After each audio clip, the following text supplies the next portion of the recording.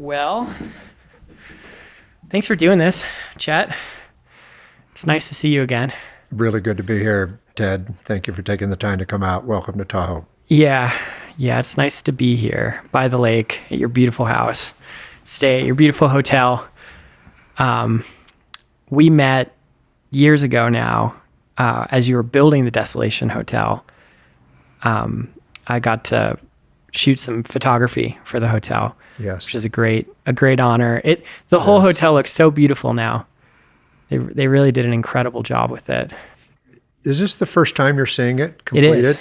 Yeah. Interesting. Yeah. It's cool to see it. Time goes by so fast. It's been open for 2 years and a month now. So wow. It's hard for me to believe that it's been that long since you were here helping us get inspired for what it is today. Yeah. Time does move really fast. My parents always shared with me that the older that I got, the faster time would go. Yeah. And as with so many things that my parents shared with me, I just kind of shrugged things off. But it's definitely my experience. It does move faster, especially with kids.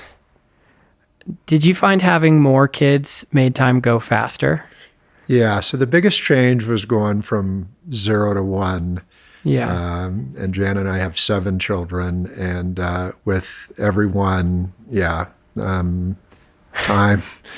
time went faster. So, oh my goodness. Yes. All right. Well, we're gonna get into all that and your story with Belkin, and I don't understand how you could possibly run a big international company like that with 7 kids at home.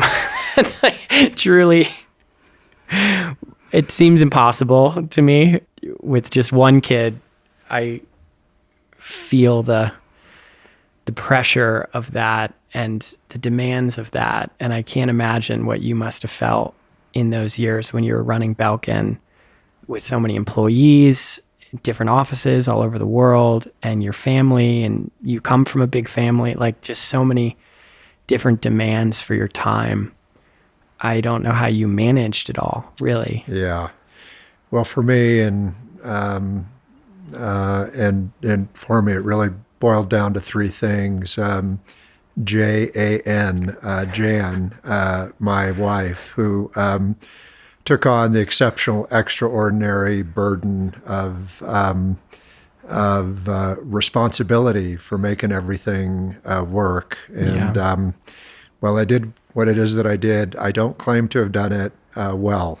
And it wouldn't be half as good as what it is, had it not been for Jan. And she just took on just extraordinary responsibility in the early days at the business and running the family and the devotion and care to the kids. And almost immediately she said, Chet, hey, I need some help. And just in my Neanderthal thinking, it was like, no, Jan. And there was no good reason for it other than just to say no. But she was patient with me. And then over time, we did get some help. And then as the kids got older, then they were helping one another too. Yeah.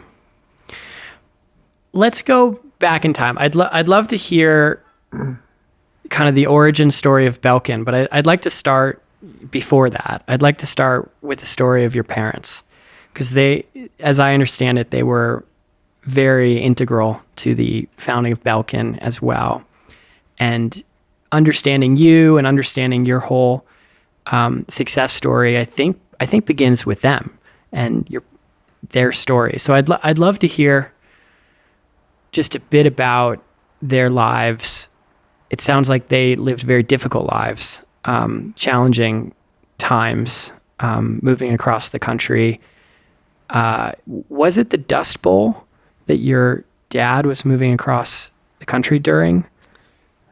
Yeah. So, very astute view. Almost anything to do with me absolutely starts with them. And what amazing stories, really rich stories out of both of them. And my father was born in 1918, more than 100 years ago now. And I think he was born in North Texas in Denison. It might have been Shawnee, but the family sort of traveled between North Texas and Shawnee, Oklahoma.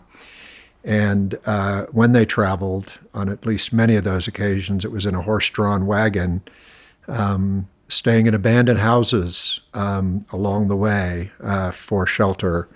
And my dad would share with us that the wagon and the horse would go at its pace, and the kids would get out and run and frolic and play. And he said it didn't feel, like a bad life.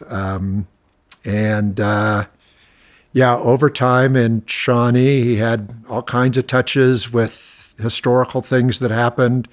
There was a famous outlaw gangster where he was in that house immediately after the shootout on his paper route, the Dust Bowl, and sort of just navigating and surviving that. And a huge family, and the dad was not around most of the time. And 10 siblings? I think the total was somewhere in the neighborhood of like 18.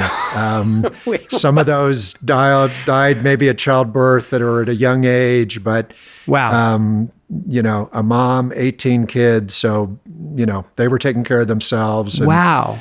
my understanding was my dad had a lot of responsibility with that at a very young age, really young age. 18 kids, some died during early or childbirth. 10 siblings when he was older. Is that right? Yeah, that sounds about right. Yeah. And was he the oldest?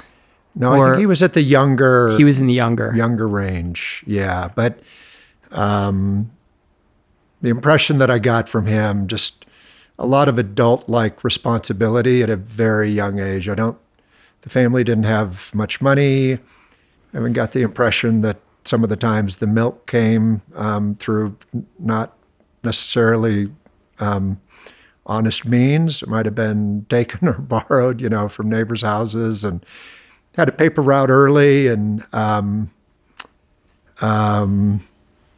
working at the roller rink. And then as a young adult, was in the Civilian Conservation Corps, and that model was something in the neighborhood of 80% of the money went to the family and a little bit to the person. But yeah, his life and his dedication was supporting those around him at a very young age. Wow. And so he gets drafted into the war at some point, or he... Yeah, so this is an interesting story. I would think of my dad as a patriot, really devoted, to family and to country, but not in that way. So his formal education, I think, maybe went through like the 8th grade, and then in some kind of a technical school, I think, where he learned the art of machining there. And I think he found himself to be a gifted machinist at a young age. And so when the war broke out, he actually got deferred on the draft on multiple occasions, with the defense being that he was contributing to the war effort through his machining talent. Wow.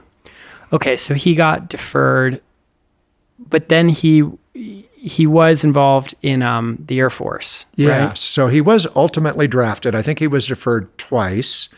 And then the way he told the story was then the person at, I think there's like a board or something, was looking at him with a scowl on the guy's face, saying, "Hey, anybody who is this young cannot be that critical to the war effort here." I guess that there's logic there. I guess he could be critical to the war effort in another role. And so then he was drafted into the Army, which at that point in time, there was no standalone Air Force. So it was the U.S. Army Air Corps. And he was in the U.S. Army Air Corps and never left stateside, and had an interesting series of experiences in the U.S. Army Air Corps. and continued to work as a machinist? When he was in the U.S. Army Air Corps, he was almost continually training for different skills. So I think for a period of time, he was in a firefighting unit. Yeah. He might have had a little bit to drink and might have gotten into a fire engine and might have almost turned the thing over. Okay. Another time, I think he might have been feeling some effects from having indulged in poker, and maybe there's a little bit of alcohol involved there, and had found a place to nap in like the gunner's tunnel in a B-17 or a B-24. And he heard these explosions going off. He woke up suddenly, and he said he woke up abruptly, and he sat up and he bumped his head on the top of this tunnel that the gunners would go through. And what had happened was the chemical that was being used to clean the planes had gotten into the drainage system, and it was manhole covers blowing off at the Air Force Base. But Whoa. in his state, he thought that they might be under attack. I think I would think I was under attack as well in that situation. Did he, it sounds like booze were part of his life, or he had a relationship with alcohol that was complicated. Yeah, I think that that's fair to say. So I think for a number of years in his early life and at other times during his life, that was true. Then he would go very long periods of time just not touching it at them all. I think he'd come to the conclusion that that was probably better for him. Yeah. And then that would go for a long period of time until a moment in time when it didn't. And then typically those durations were pretty short. But turbulent. But yes, very, very much so. And he, so he had a relationship with it that I think he felt that he wished would have been a different relationship. Yeah. I've noticed you're careful with alcohol, or you have a healthy respect for it. I've just kind of observed. Is that because of your experiences as a kid? I think it probably is. Engagement with abuse of alcohol, drugs, other things,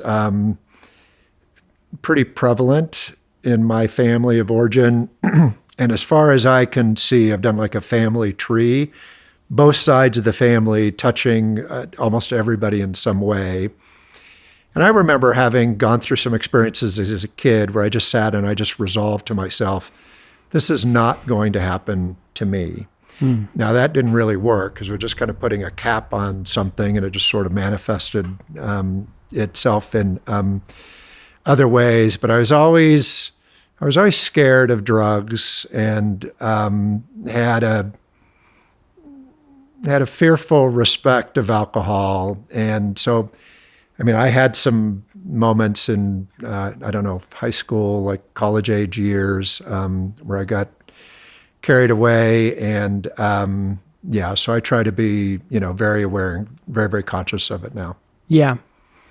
I think it's a good thing. I mean, I think it served you. I think having a healthy respect for those substances has helped you, is my impression. You've been able to succeed in a very demanding, competitive landscape, and I would suspect that aspect of your personality has served you in a positive way. It's my feeling. Yeah, and I think, like so many things in life, my awareness and my understanding has evolved, and there's a lot of just information now around that is just not that beneficial, for us. Speaking of, alcohol, it's kind of a poison that I ingest, and maybe no amount of it's like really good for me. And so just sort of being aware of the other effects that it might be having on my body helps to influence me with it too. But I think that there's a time and a place for it, for me. This fear of alcohol also manifested itself in other ways, and there've been big chunks of my life that have been more driven by fear than what I would have liked. Yeah. Well, we'll get to some of that. I want to stay on the story of your parents for now. I'd love to learn a little bit more about your mom and her background. And she also came from a pretty, lived on a farm, grew up on a farm? Yeah, so unbelievably incredible, amazing woman. Just a great example of the people that make up, the backbone of life. She had a very tough childhood too. Her parents weren't married at the time of her birth, and her biological dad wasn't around. And society's acceptance of a situation like that was very different for her back in the 1920s than what it's like today. So I think she experienced a lot of shaming that, really affected her. And then she grew up on her grandparents' farm.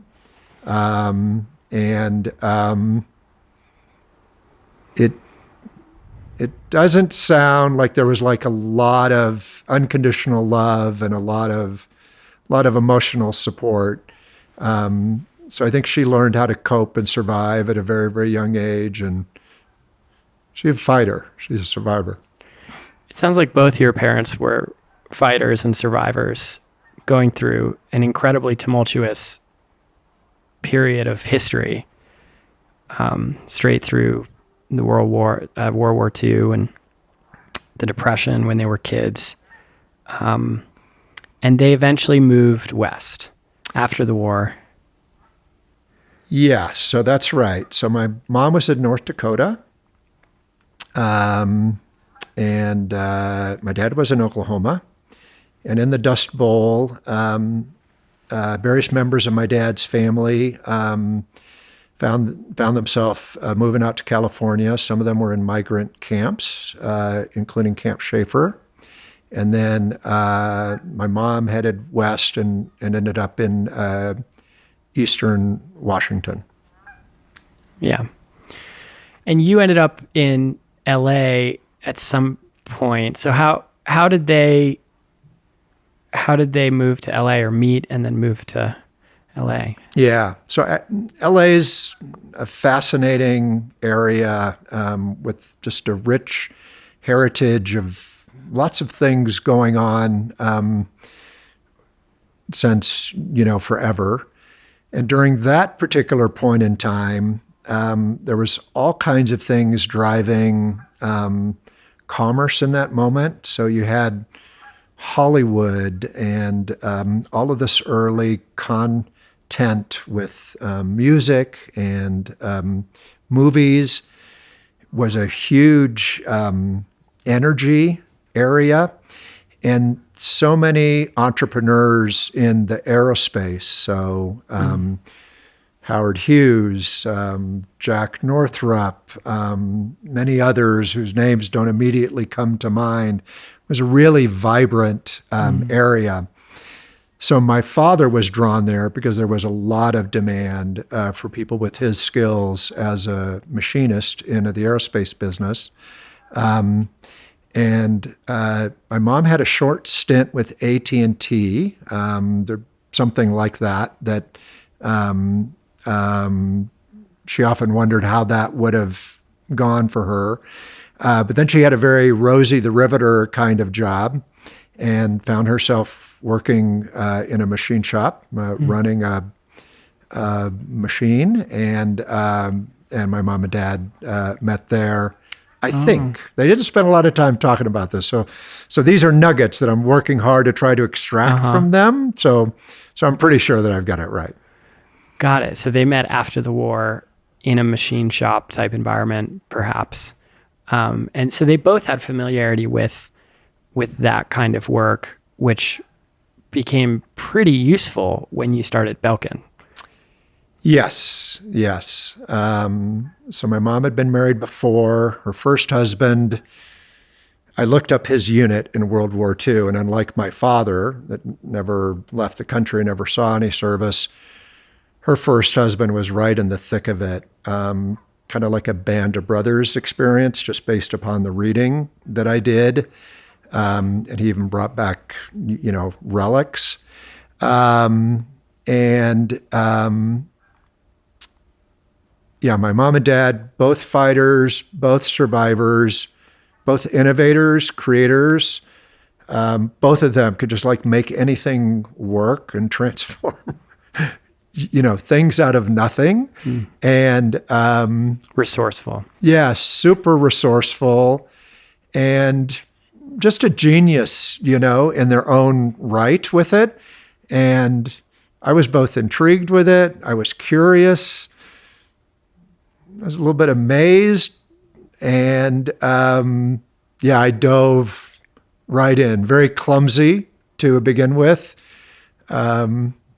Never as good as either one of them at the things that they were good at, but it was unbelievably great exposure and training, and not just the technical aspect of it, also just an attitude with it that, hey, out of something that looks almost like nothing, that there isn't much here, you can really create things out of little or nothing. And that's an attitude. And that's a really powerful philosophical approach to things that I adopted at an early age.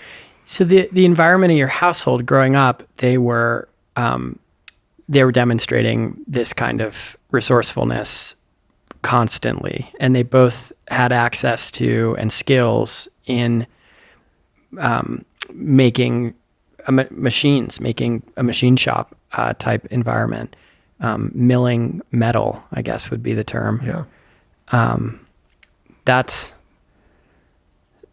Do you have a memory, like an early memory, where you saw your dad maybe working in that kind of environment, or your mom? Like, what? I'm just curious when you started to sort of take in their artistry and their skills in those ways. Yeah. And I think it did start with my mom. And it might even have been in the kitchen, just watching stuff come to fruition. And on the one hand, I'm a kid and don't have an appreciation for what's going on, but some sense of appreciation there is growing. Then I get involved with the Cub Scouts and the Boy Scouts, and there's projects. And she's just really talented, really good at bringing things to life. And then also around me, things would break. And much to my mother's disappointment, nothing ever needed to be purchased or replaced in that house. Everything could be repaired and was repaired and kept running. And I remember her lamenting with me that, hey, one day it would be nice to get a new washing machine, but that was not going to happen because the existing one just could always be made to work. And, issues with the plumbing. And I remember a vivid memory of it raining, and so it's leaking, through the roof and through the ceiling. And my father's got me on the roof with a can of some tar-like substance with a spackle, and he's poking like a coat hanger through the holes, spackling away. And he would clear the sewage lines. And this is not recommended, by the way. Plumbers have told me to not do this, but by building pressure from the hose. And so some of the times it was really professional sort of thinking. Some of the times it was a bit of a hack job. And then some of the times things would blow up, and then the screwed up repair then would have to be repaired. But the vehicles, and then I was brought to the machine shop. And wow, you know, exactly the way you said, metal could be shaped, metal could be transformed, puzzles could be solved. And back in these days, it was almost completely analog, mechanical lathes and mechanical CNCs where all this now is programmed in. That was not the case in the moment. And things could have a hole, and they could have a thread, and they could interrelate, and they could be incredibly strong but incredibly light. And I will butcher this quote. I think it's the sculpture of David. Is that Michelangelo? Is that right? Where he's asked about it, and he says something like, "Hey, David was always in there. I just removed the pieces that didn't matter and didn't belong." Mm-hmm. And I wouldn't have been, you know, anywhere nearly as eloquent with talking about what it was that I was seeing. But it was obvious that it was in there, and he was removing the pieces, and wow, you can do this? This is amazing. Yeah. So working with metal at that time was probably a lot like working with marble at the time of Michelangelo. I mean, these weren't computerized tools. These were, there was an artistry to it. Yeah. And they were essential for the war effort. They were essential for the aerospace industry. Yeah. And people like your dad were making the components, but making the machines that made the components, I believe. Right? Yeah. Yeah. That's also true, because technology in that moment in time was advancing at such a rapid rate. And so then by this time now things are being fueled by the Cold War. So now it's a race, solely from a U.S. perspective of good versus evil. I might have a little bit broader view of that today than what was sort of being accepted, you know, in the moment. But we're in a race for good. And so there was an incredible amount of innovation. So yeah, the machines didn't support the technology of what was being aspired to be built. And so he was working with metals that had never been shaped or machined for this purpose before, because in that business of aeronautics and planes and spacecraft, you need really strong and you need really light, and that metal is just almost impossible to work with. And so brand new tools and techniques have to be invented. The old ones wouldn't work on that metal. Hmm.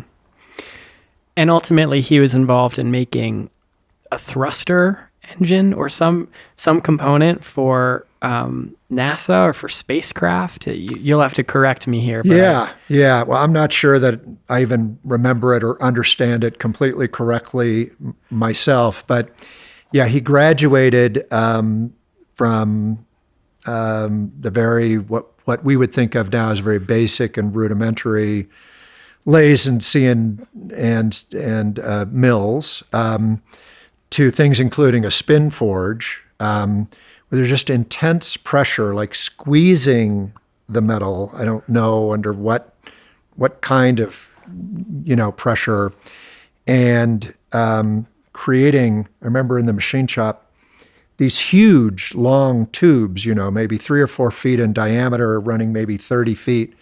It looked like they would weigh, you know, I don't know, hundreds of pounds, maybe 1,000 pounds. With one of my fingers, I could pick this up. Wow. So the metal was that strong, but that thin and that light. And so in the I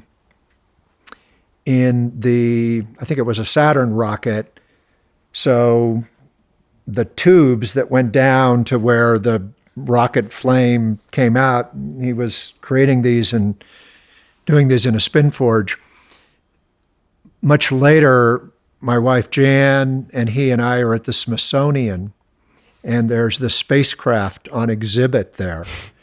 And to see my dad's face, here it is, it's right in front of him now as a relic, right? Wow. And so all these memories are rushing back to him as to when that was created. And he shared with me, Chet, I think there's a 50-50 chance I made this because there was only two sources of this, and I was the guy at the one source. And he said, while I'm building it, a U.S. government inspector was with me 24 hours a day. There was an inspector there. Nothing got advanced or worked on without the inspector being there. It was just that critical. And he said everything was, new. So, for this guy to traveling from a horse-drawn wagon to machining the spacecraft, that would put people on the moon, wow. What a life. What a time. What a life. What a time. So you, as a teenager into your early 20s in Hawthorne, California, outside of LA, start to get into computers. The computer revolution starts very early days. This would be late 70s, I guess. Right. You start developing an interest in the computer industry. What brought you to that? Or why computers? What intrigued you? I don't think it was obvious in the very beginning. It may have been obvious to you, but I don't think it was obvious to most that the computer industry was going to revolutionize the world at that early stage. Maybe a bit later, it became more obvious. But you seem to feel, intuit, that this was the biggest thing on the horizon. What brought you into computers, and how did you feel that? How did you intuit that? How did that all come about? Yeah, just to underscore your point, I think around that time, it might have been the CEO of IBM who was saying at the time, there will never, and we love those absolute words, right? There will never be a need for every person to own a PC, right? Yeah. So, oops. famous words. So, I think influenced from my mom and my dad, I was continually immersing myself in how things worked and trying to create things. So first it was mechanical things, then it was electromechanical things, and sometimes electric things. And so things would break and I would try to get them to work again, not at the success rate of my mother or my father. And they were very gifted in the areas that they were, but they had no experience in electronics. And so when I was working with the electronic part of it, I was sort of on my own or looking for other mentors. So this is pre-digital. This is all analog stuff. So this is tubes in the TVs and the radios, and then a bunch of passive components. But I'm taking this stuff apart and putting it back together, or there's stuff that doesn't work, and now I'm the guy making that stuff work, and maybe for the family, maybe for myself, maybe for other people. And then just kind of learning as I'm going. So, as a teenager, right? You're 16, 17? Yeah. I mean, it started even as a preteen, then as an early teen.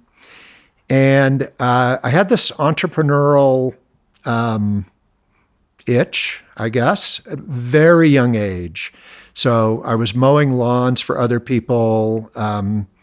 I was babysitting, but I didn't want to just babysit. It was like, how do I scale? And I wouldn't have used the word scale, but how do I do more than just babysitting? How do I do more than just mowing the person's lawn? Gas stations had a coupon, an incentive, and there was green stamps and blue stamps. And so how do I build a market like a trading this kind of stuff? This has got some kind of value. It's got no value for the person that's not using it, which was a lot of people, but could you trade these or monetize it? Again, I'm not using those words at that moment. And so all of this is going on. And so then exactly as you say, personal computers emerge. So first they emerge as hobby kits, and then they emerge as actual devices. And if I'm anything, just in terms of a person, I'm an outdoor guy more than anything. What I want to be out doing is just like out hiking and in the woods and just sort of in it. And if I'm an anything other guy, I'm a student and lover of history. So I'm that. I would just immerse myself in those books and the readings and all of that. So I think all of this intersected in some kind of serendipitous fashion. I enjoy this technical engagement. I'm thinking from a historical side. I don't want to just do something. I want to do something that's a little more grand. Yeah. And from a historical perspective, hey, how transformative was it when the cotton gin came to be? The Industrial Revolution, railroads, steel, oil. Those were times when you could make like a lot of mistakes and not know what it was you were doing, but the market just like growing so fast and so transformative, disrupting, everything that had been there before. And again, I'm using a modern vocabulary. I was using different words then. What's that moment in time now from a historical view? Yeah. And hey, it might be this personal computer, and maybe that's going to be a revolution, and maybe that's going to be huge. So rather than just do whatever, why not do something that's got the possibility, the potential, maybe even the likelihood of being good? Yeah. And even if I'm not that good, just the current and the explosion, aerospace, maybe that'll kind of carry me along. So maybe that's just a good way to lean into. Yeah. And so at that moment in time, I made the choice, I'm going to lean into computers. Did your parents encourage you at that point? Encourage that curiosity, or was that purely a self-guided, self-motivated curiosity? Or were there mentors that you had at an early time in this area? Yeah. So my dad was an unbelievable cheerleader and fan and encourager and promoter and helper. So like when he couldn't solve things at home, because he didn't have the skill or the experience or the right tool, he would go machine something that would help him, do that. He'd make a tool to do what it is that he couldn't do on his own. And so he would watch me do, and then he would go machine tools to make it easier for me. Yeah. Say, hey, I'm watching you do this.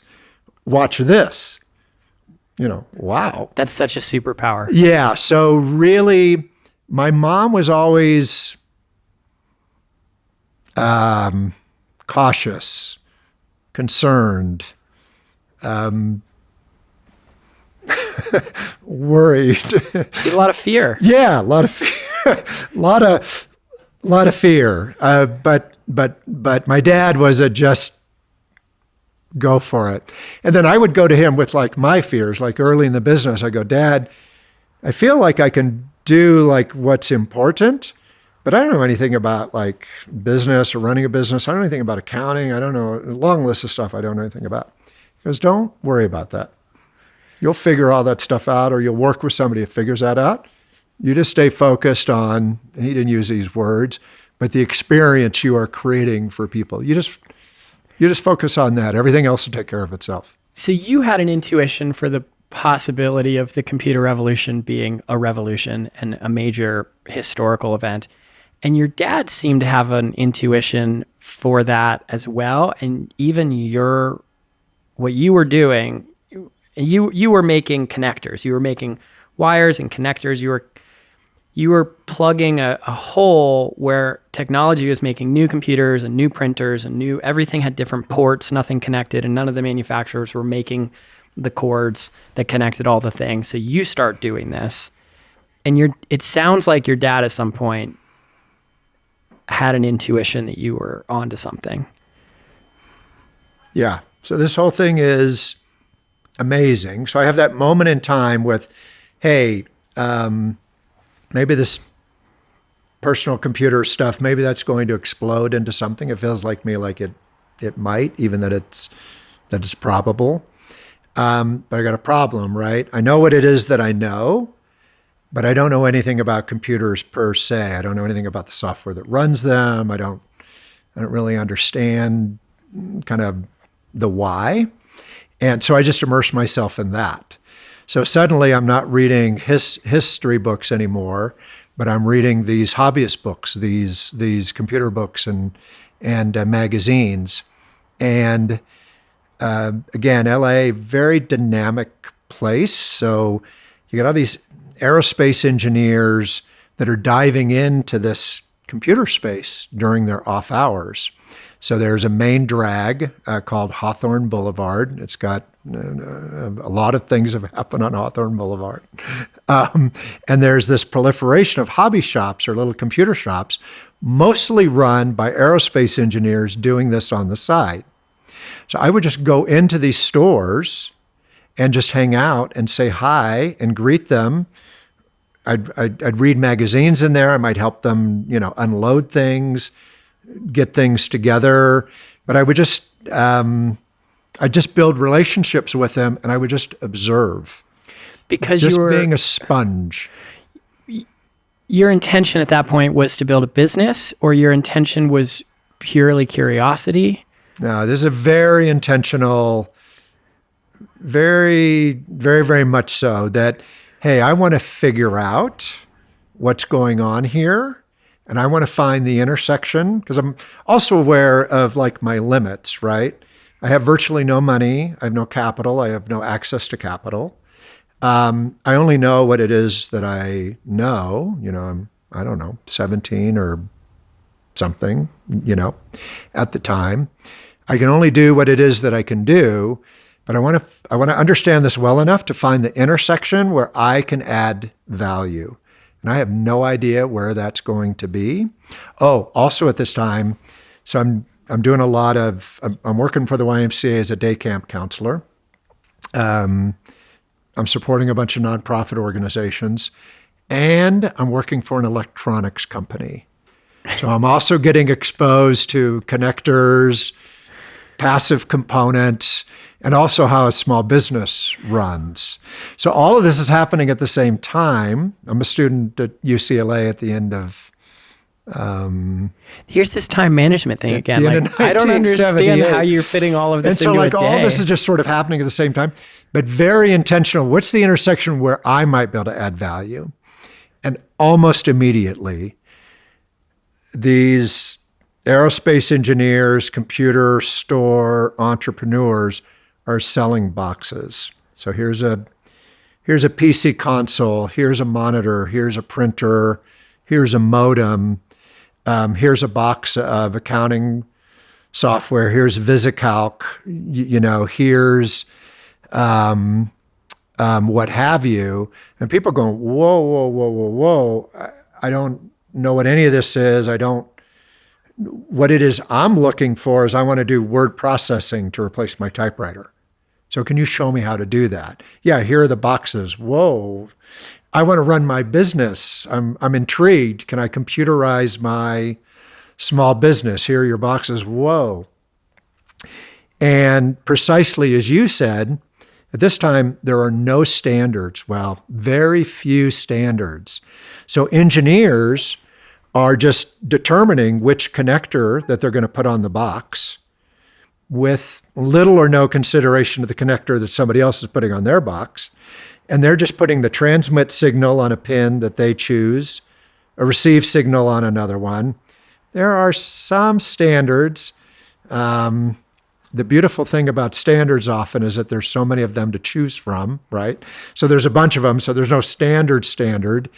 And so it's impossible to make all this stuff work together. You would need an infinite number of like interconnect cables, nothing like the way that it is today. So the store owners couldn't handle it. The consumer certainly couldn't handle it. Voila. This is something I know about. I know connectors, I know cable, I know how to make things, and we have our business model. This is going to be amazing. It happened really fast. You had your parents' superpowers of resourcefulness and tool making. Yes. And I had my mother's dining room table for a while until she kicked me out, and then I had my parents' garage. Yeah. Were you reverse engineering? Like, how did you know which pin for which port? How did you know what did what?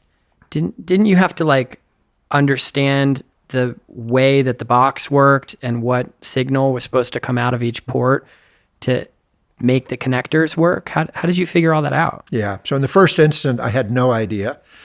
Then I was just talking to the people just to get like a basic knowledge. Then I was looking in the manuals that would show the connector and then the transmit and the receive and all that sort of thing. And then I would either, beg, borrow, buy, or steal. I don't think I actually ever stole anything.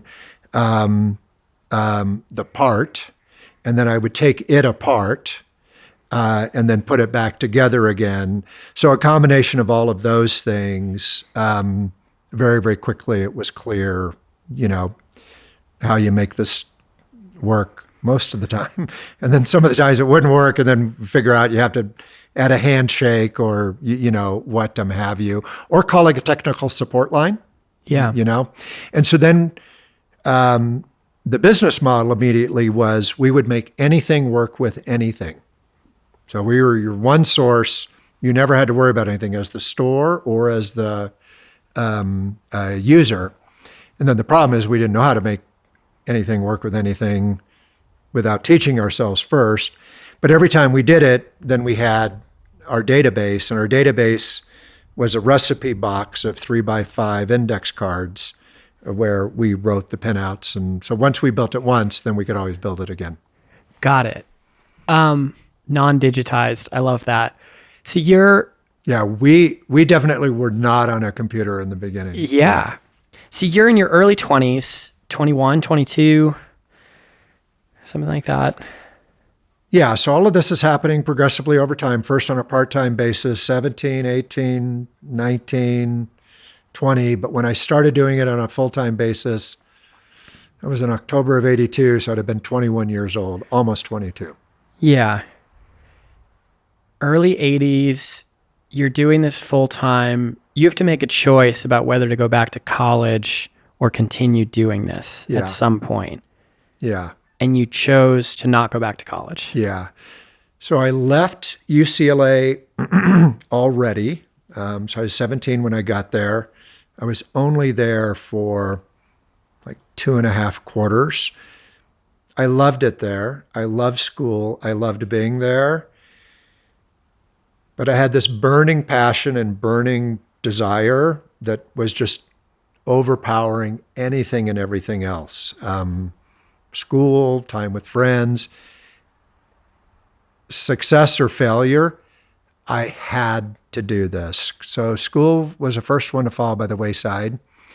And then I got fired from my job at the electronics company, but I had already started to do Belkin on the side, so I deserved to be fired.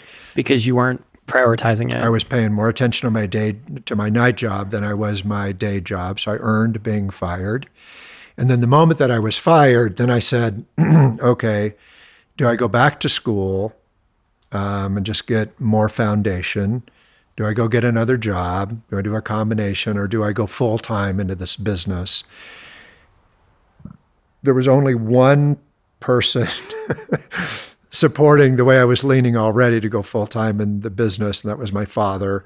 Everyone else was trying to get me to go back to school, and not bad advice, really, really good advice. Despite my lack of formal education, I'm a huge believer in it and promote it and encourage it. But there was really no choice. I had to do the business. I had to do the business. And with my father's support, then I just dove in. But I remember my phone ringing off the hook. Chet, don't do this. You don't know what you're doing. You know? Friends or family blah, or blah, blah, blah. Everyone? Yeah, I remember a call from my sister. This must have scared your mom. Oh, my mom was terrified. Completely as a survivor, her childhood and life. I mean, this is a big risk. Yeah, huge. Something huge. she probably didn't understand, the computer industry. In some ways a huge risk, but I mean, at this moment in time, I'm still living at home. I mean, I have no expenses. I have no obligations. I have no responsibilities. So really just an opportunity cost risk. Yeah. So, but everyone characterized it as a huge risk. As a huge risk. It didn't feel like that much risk to me. I mean, I didn't have anything. What was it that I was risking? Yeah. You know. And your dad saw it for the opportunity that it was. He saw it. He saw that this was a real thing. There's real demand here for what you're doing. He saw it. Yeah. Yeah. He didn't. He never really understood like the technology.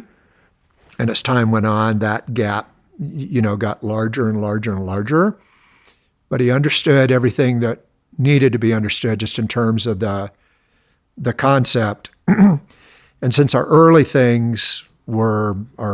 experiences were all physical and mechanical, that he understood like nobody's business. And so then we start making this stuff, we're making it all by hand. And once again, he just stand there observing, saying, hey, can I have this connector? Sure. Can I have a few of them? Sure. Can I have a few of these? Yeah. Ask a few questions like, are they always this size? What are all the sizes? Give me the range of sizes. What's the high? What is the low? What's the tolerance? Blah, blah, blah, blah, blah. Sly grin on his face. Just cart this stuff away. A couple of weeks later, things would magically appear. So tools to automate what it was that we were doing. You had such a superpower. Oh, that's incredible. Yeah. I mean, it's such a huge advantage, such a huge unfair advantage over anything and anyone, because there were tools to do it. One, I couldn't afford them, but his were so much better. More bespoke, more custom to the... Yeah. They're just, completely customized for it. And to develop an intuition for that, I mean, what Belkin became, you have to make all of these products. You have to understand contract manufacturing. You have to understand machines that make components. You have to have an intuition for all of that. Yeah. So the first chapter, actually every chapter ended up being just unbelievably clear and straightforward. There was conundrums and uncertainty at moments in time, but then there was just insane clarity as to what like the next step would be. And that occurred for us over and over. But the first phase was to, hey, we would make all this stuff that is not adequately designed to work intuitively with all the other pieces. We will make everything work with everything. And so that's a huge advantage because it's mass customization. And so no company could really address that in a volume efficient way, but standards now start to develop. And so now volumes with a lower range start to happen. And so our competitive advantage disappears. So now we have to get good at making this in volume. And how quickly did that transition happen? Within a few years? Or? We had a couple-year runway, and it had a very long tail, a really long tail. So even as there was emerging with some of the standards, we had the luxury of this long tail of the old model still being a significant part of what was needed in the market, while the first standards were coming to bear. And so we got clobbered by some competitors early because they were better at this. But then we came up with ways to do it better than them over time. And this long tail of the original chapter kind of fueled us and bought us time. So and then retail was being transformed at the same time. So at that moment in time, the large retailers did not dominate this space. So it was very fragmented, very mom and poppy. And even the ones that had more than one store, that was still very, very fragmented. So people had not developed a sophistication yet in merchandising or consumer experience in the store. And so fortunately, we recognized that as a void in its own right, regardless of what the product was. And so then we got very good at in-store experience and training sales associates and educating retailers on how to make this a richer, more approachable experience for people. There's a lot of foresight in that. I mean, for you to be focusing on that in the early to mid 80s, like I don't think the retail environment for computer products had an emphasis on user experience and design and that kind of thing until Apple later on. Yeah. So you were right on in that instinct was right on. Yeah. And it's, again, it was very straightforward and clear. Why? Because we were so hands-on. So we were not only hands-on with the design and the manufacturing of this. I would spend, others of us too, but I would spend a lot of time watching people trying to put their system together. And it was just so clear, the obstacles that they were running into. And it was so consistent. And I spent hundreds of hours, maybe thousands of hours, just standing in stores, watching people shop, make the wrong experience, struggle. And so it was all, because we were taking time with that, it's just so clear. There's no doubt that a better way to do this would be and then you do it and then it works. The customer satisfaction goes up, the sales go up. Then it's so much more than the technology that we're able to offer to the marketplace. It's this whole shopping experience. And this is a time where people are acquiring one another and they're trying to scale really quickly and they don't have time to figure out their in-store execution. So someone who's focused on that and bringing data to them about, hey, we just did this in these 3 stores. This is what the data was like before. This is what the data is like after. And it's like a 3 times increase. What? And so then we even got to where we would guarantee, hey, if you engage with us, we guarantee that you're going to see a doubling in your sales. Wow. Yeah.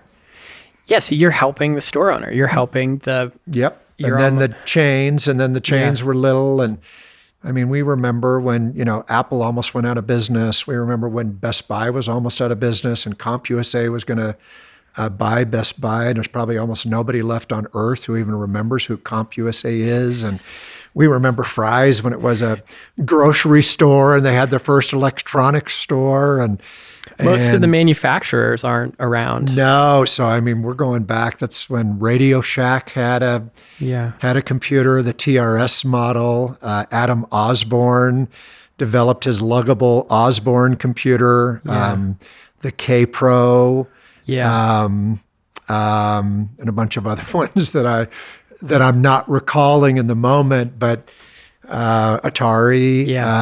But yeah, these have all. There's an insight here. Now I'm sounding like the old guy that I am. I think it's incredible that you did what you did prior to the venture capital industry, prior to Sand Hill Road and Silicon Valley emerging, prior to Bill Gates and Steve Jobs and Microsoft and Apple. Like, what you started was before all of that. Yeah, this is all happening in parallel. They're all at it, at the same time. And of course, I mean, just unbelievably more successful than anything that we ever were. And so then we were also inspired by them at the time too. Like, I can remember the time when Dell Computers was still in Michael Dell's, college dorm, and this is the way all of this was unfolding. And we're not 100% sure, but we think Michael Dell called and bought things, in those early days, and powerhouses now in the channel like CDW back in the day was called Computer Discount Warehouse. Again, started just out of a garage. Philip, last name K. My apologies that I don't remember, exactly. So you had this unbelievably exciting, stimulating, invigorating thing, taking place. It was a really amazing time. It was more than just everything that was going on. Yeah. There was an unbelievable just energy, and all of us were just doing it at higher or lower levels of success. But this was more that this was a movement. Yeah. And of course, Steve Jobs recognized that better than anyone and articulated the fact that it was a movement, better than anyone. And so inspired by, these people that figured this out at a level far beyond anything that we, were ever able to figure out. Yeah. So, okay. So you have a few year run rate, kind of making anything for anything in a bespoke sense. And then standards start emerging, and you need to figure volume manufacturing out at a lower cost. Yeah. And at some point I presume you have to leave the garage at your parents' house. Yeah. That to happen pretty quickly. So I went full time in the garage in October of 1982. And then my parents also went through a separation, and then a divorce. And so the house was being sold. So that was another influencer. So I was doing it full time in the garage. I've been doing it in the garage for years, part time, and then I was doing it in the garage full time, only for a couple of months, and then looked in the local newspaper and found this little building for rent at the 405 freeway in Manhattan Beach Boulevard for $450 a month. And we moved into our first real corporate location in How many employees do you have? around January of 1983, which is what we call our real start date. We don't count all those years a part-time startup. You're 20 employees, something like that? Let's see. When we opened the doors on Manhattan Beach Boulevard, it's probably me, another like 4 or 5 people, like on a part-time basis, like as their second job. 2 or 3 people on a full-time basis. Okay. So that goes for some time. And I don't know what I'm doing, right? Yeah. We I don't would know how imagine. sales tax works. We don't even know that workers' compensation insurance exists. We don't know anything about payroll withholding. Yeah. We don't know anything about any of it. Yeah. We don't even know that we have to call the electric company when we move into this place. I'd never lived on my own, right? I'd never gone through this before. Yeah. And so they're busy working. Southern California Edison shows up and turns the power off.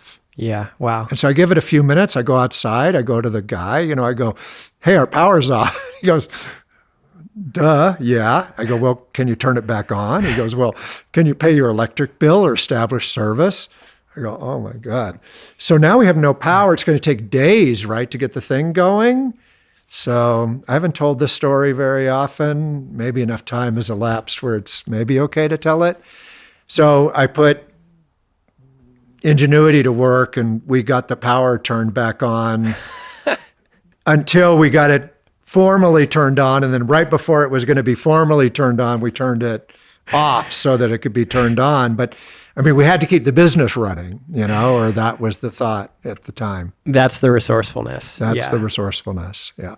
Yeah. So different levels of resourcefulness, different situations requiring different levels of resourcefulness, but you're figuring it out without guidance or template or formal and these education. Things are coming continuously, whether it's not knowing how to turn the power on and it's getting turned off, or it's somebody who won't pay their bills, or it's somebody who files for bankruptcy and now we're out of working capital and we don't have enough to kind of bridge ourselves. Or who owed you money. Exactly. Or there's this disruption in the market.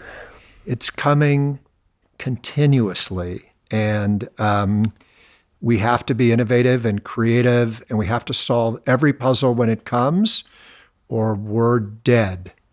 And because your business so you model, solve it or you die. Your business model was to create products that fill gaps where those gaps are created by new products being created, mismatching with old products, or new products being. So there's this weird, like, you're right in the pocket of a rapidly innovating and disrupting space. The products you're selling and your purpose for being as a company is in that pocket of creative destruction. You have to fulfill that pocket with services and products, so that's a really intense place to exist and to survive for a long, long period of time. Yeah, it is incredibly intense and incredibly dynamic, and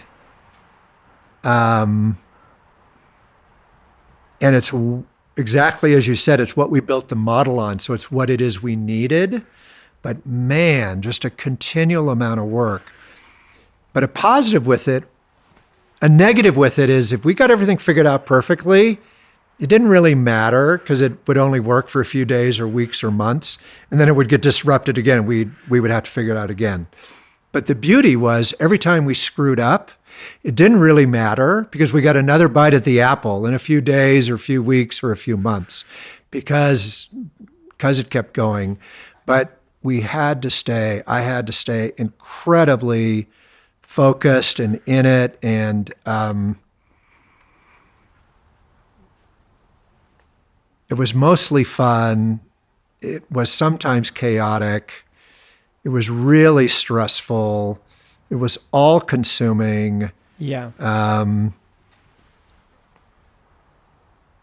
But it was amazing. What are some of the breakout moments in your mind where Belkin really leveled up, where the scale stepped up a level, an opportunity, a door opened, an opportunity, a lane opened up, and you could suddenly Belkin was playing in a different way in this great game of the computer industry? What are some of the moments that stand out like that to you?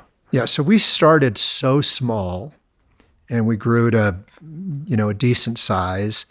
And we did this over such a long period of time. I mean, Belkin now is, thriving better than it ever has.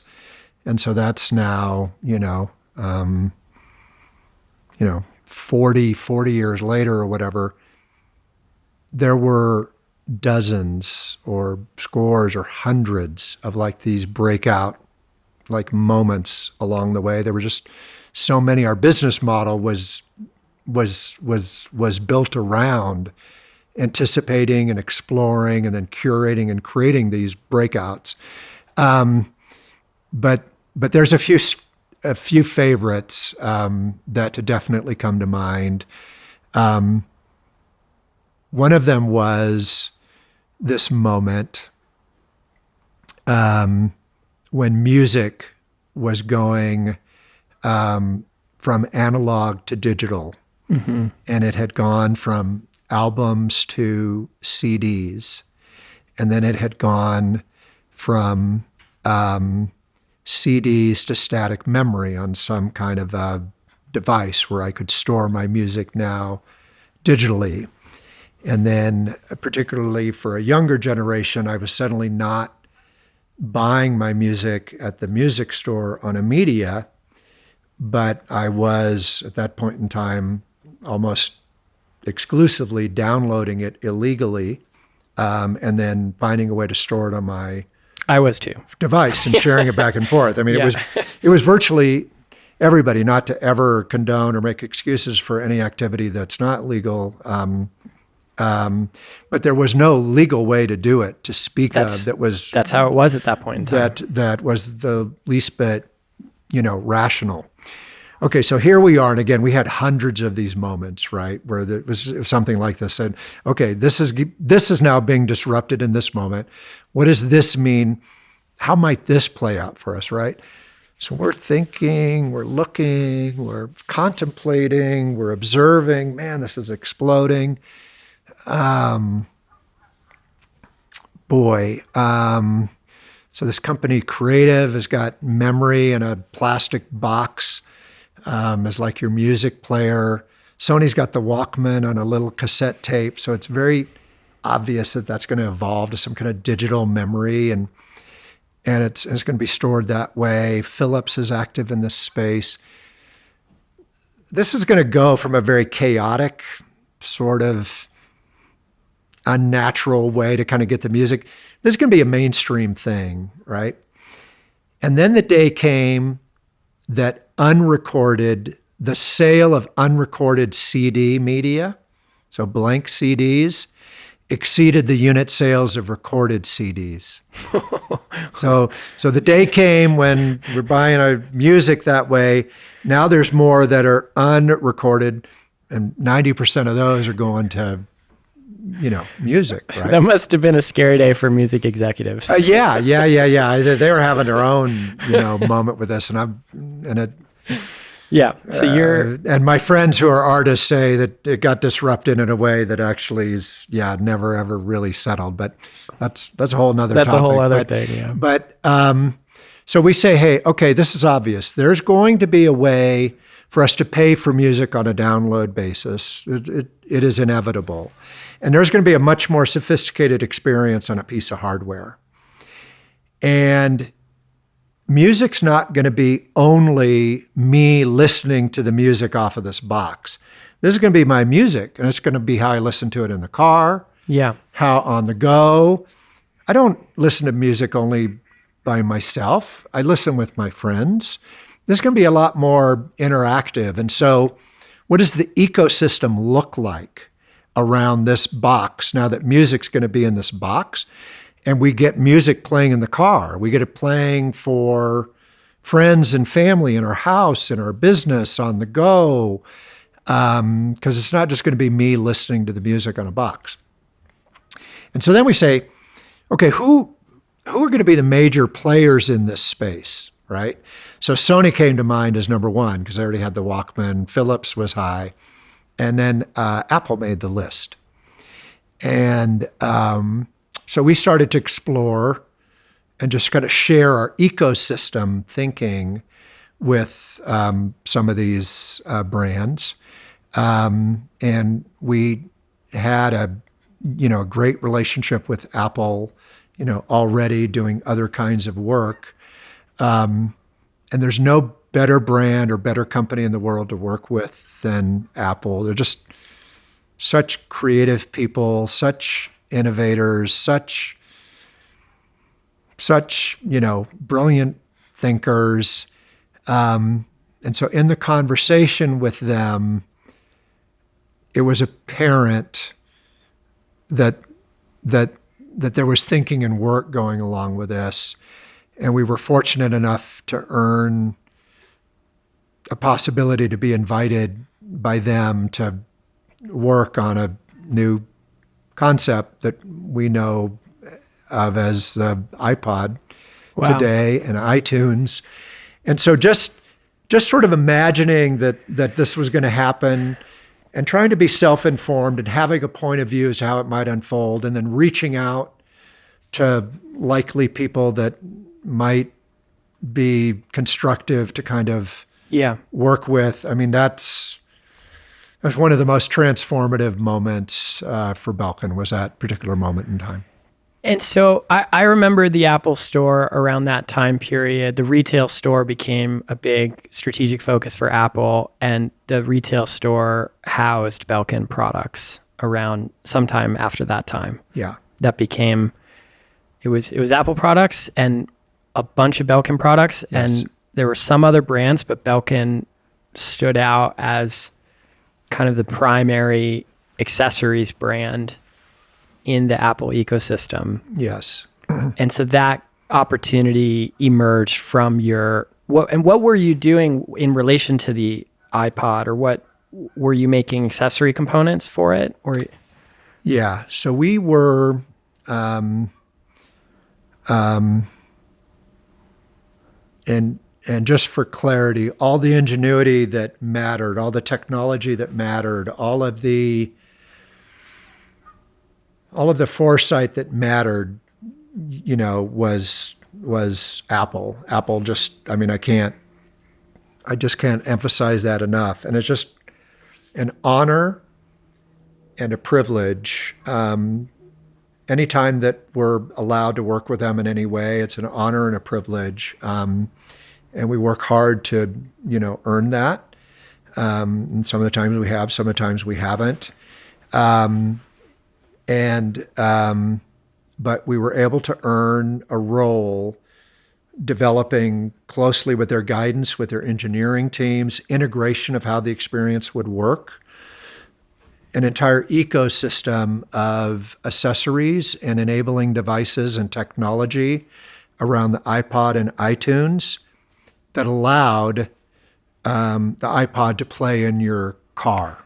I see. And so whether that was through a cassette adapter going into your cassette adapter, or eventually a Bluetooth adapter, or a plug-in to an audio port, or if that was devices that went into your home stereo system, or that was technology that split the audio feed so that multiple people could listen at the same time, or our tune base that was a mixer where you could,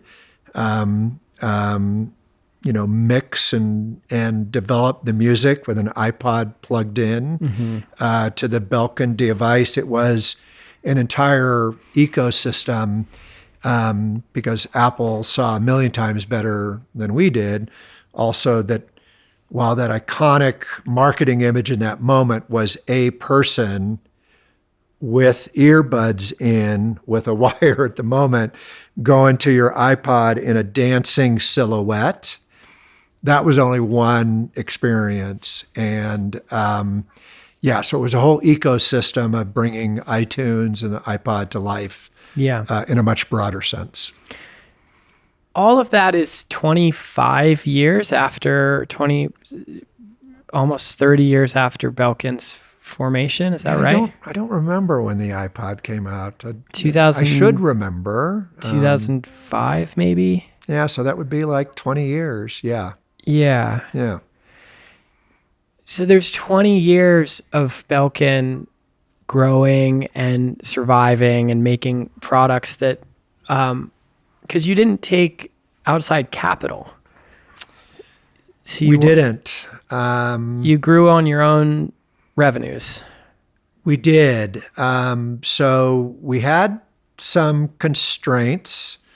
We did something like $180,000 in sales the first year, 600 and some odd thousand the second year, 1.8 million the next year. That's so fast. 3.3 million the next year is crazy. Wow. Right? And these are $1980, Which are like $1 trillion today. Yeah. And so there was a working capital constraint. So everything would have kind of worked just on our own. I drew almost no salary, and we just were also very innovative, just keeping expenses low. So all the money was being reinvested in the business. But we did have a company, Smith International, an energy company, where we were making cables for their for their for their lathes and their CNC equipment in their machine shops. So of course we were comfortable in that space. Yeah. And then they filed for bankruptcy, and I don't think it was anybody's intent to disrupt little companies like us, but you just get caught up in what that process looks like. So suddenly we have no cash. So I went to my parents.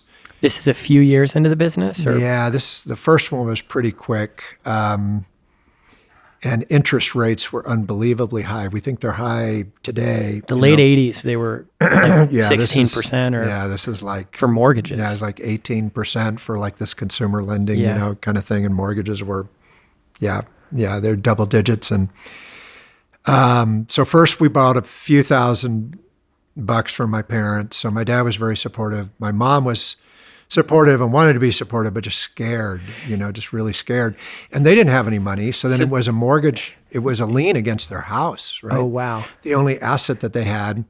So I think the first one just kind of working capital. And then, I don't know, the second one was maybe almost $20,000 in total. So your parents. And then we did it again. And again, my dad's super supportive and my mom very, very supportive, but just really frightened, Your parents survived through events like the Dust Bowl and the Depression and World War II, and they had hard scrabble backgrounds, and they put a lien on their house to find extra cash to fill.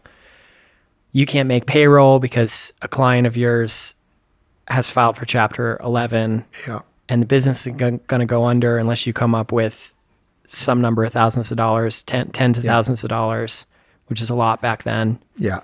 And they do that. It's a lot today. It's a lot back. It's a lot today as well, but it's even more back then. Right. Yeah. That must have been terrifying. That was terrifying. And I also felt an unbelievable burden that, hey, if this doesn't work, they're going to get paid back. I'm going to pay them back. That was terrifying. I even thought about like going to like a second job, swing shift to try to like create more cash, but it was just indicative of how desperate the thinking was, because I'd be better off just paying myself just to do more work, inside of Belkin. But it was a really terrifying moment. Yeah. But it worked out. You paid them back. You continued growing Belkin. The computer revolution marched forward. It all worked out. But you transformed into a whole technology revolution. Mm-hmm. Yeah. Yeah. Mm-hmm. But you didn't know that at the time. Yeah. What did your parents say to you at that point in time? What were those conversations like? Yeah, so it was really funny. They were, very proud of me from the get-go. And I was proud of them with the way in which that they were, supporting and interacting with me. And my dad would be so proud to be able to contribute, like the tooling and, all of that sort of thing. But they were also always worried.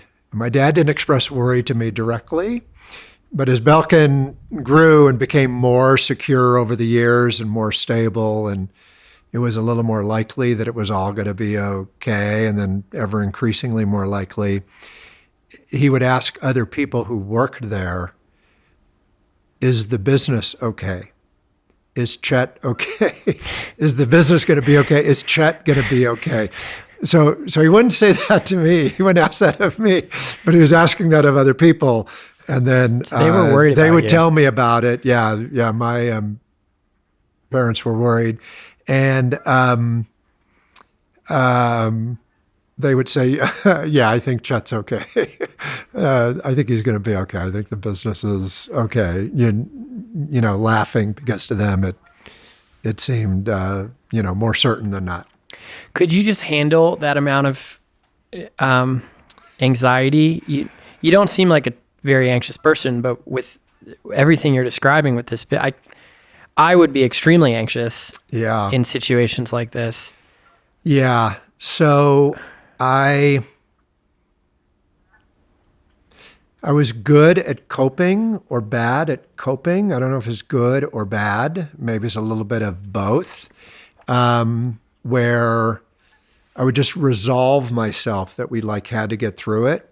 And whatever the situation required, I would become that. So if I needed to be confident and inspirational with a customer or a supplier, or with the employee base, and some of the times in the darkest moments is when the eyes are most upon a leader. And it was my opinion in those situations, it would not be wise to show, fear or lack of confidence or uncertainty in that moment. And so even if I didn't feel it on the inside, my sense was that it was important to project it on the outside.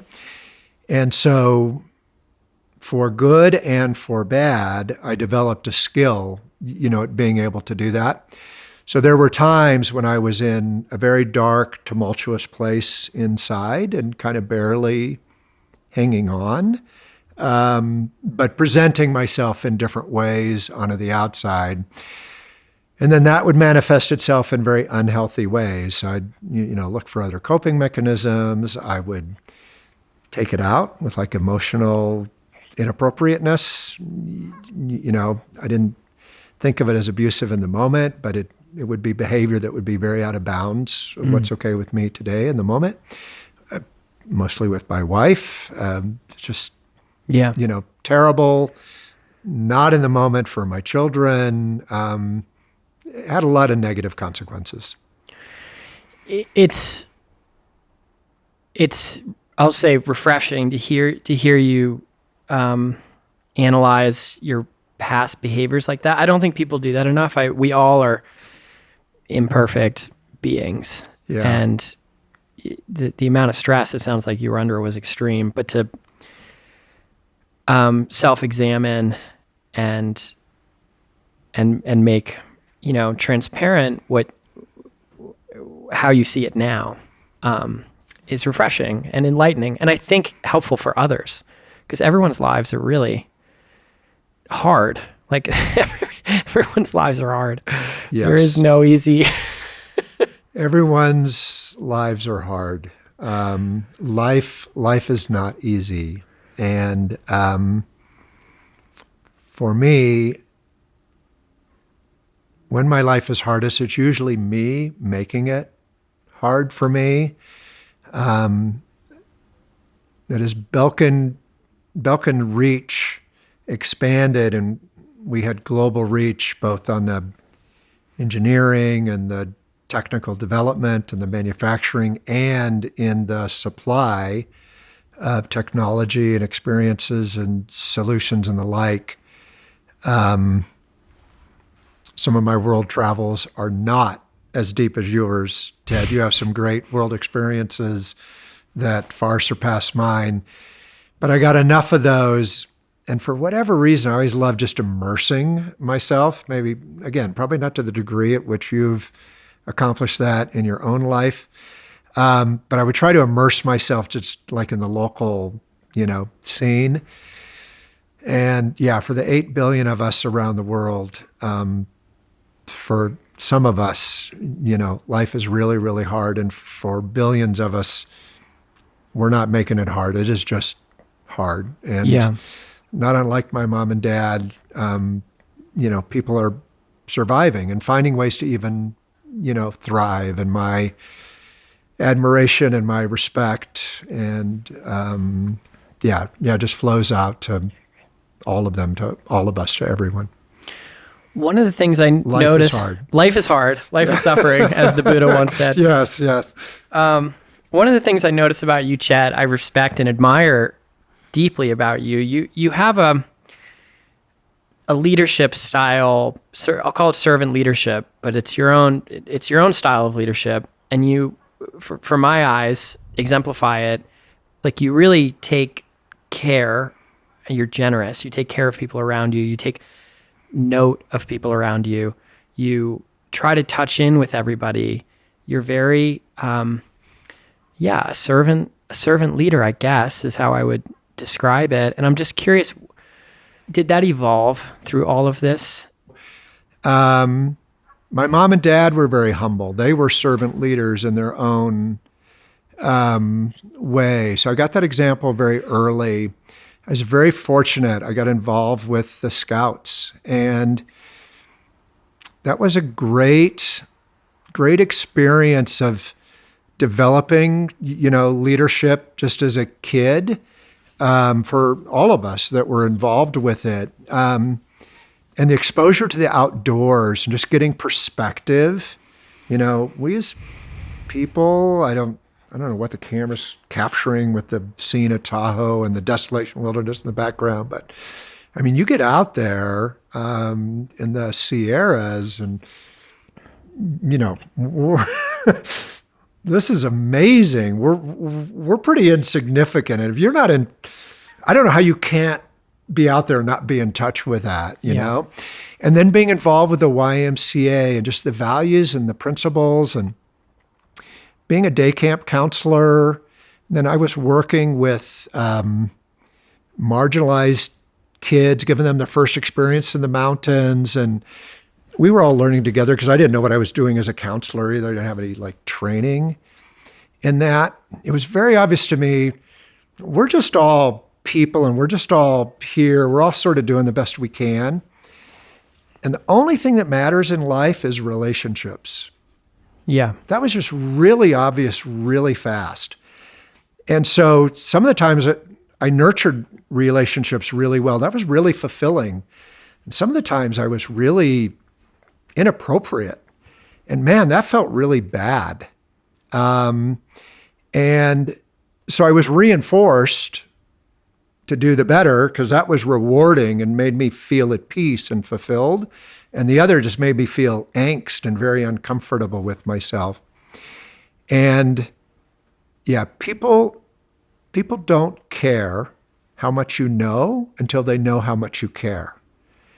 Wow. And people don't care about what you've done or anything that is going on. And if there's change in the world or in the business or anything, the first response from virtually everybody is, how is this going to affect me? Yeah. How's this going to affect my family? How's this going to affect the people that I love? I can't even process what it is you're talking to me about, the change and, this business. Do I care about my job? Yeah, I do, to whatever degree that I do. And I'm committed to whatever level, but it doesn't matter. How's it going to affect me and those around me?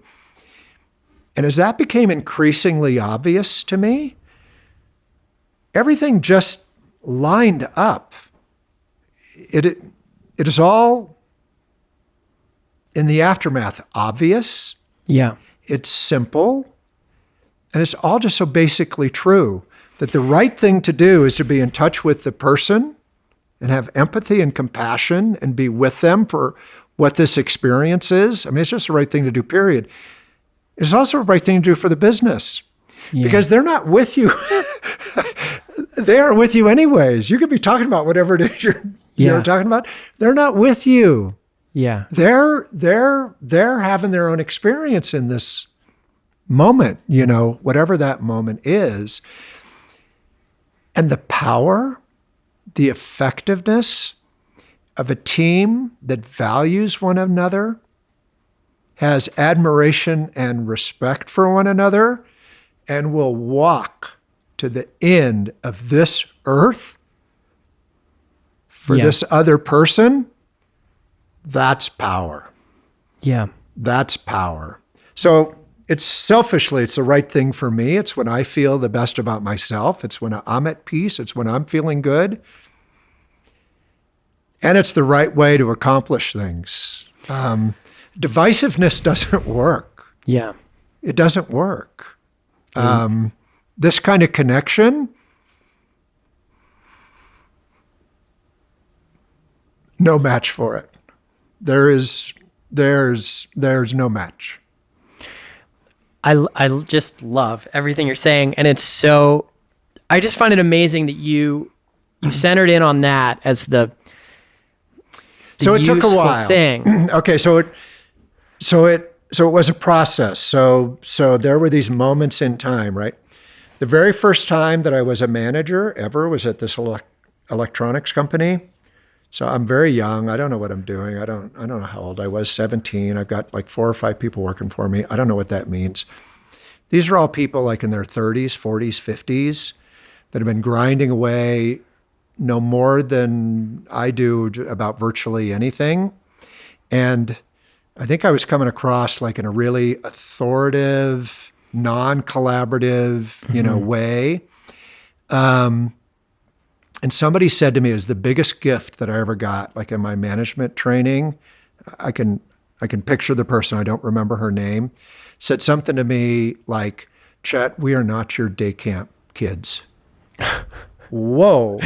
And so what a wake-up call. This is the way that I'm like interacting. And so that feedback has never, ever left me. And there's been, I could rattle off hundreds or thousands of where like I just blew it as a leader and a manager. Sure. And I was just so inappropriate and ineffective and everything.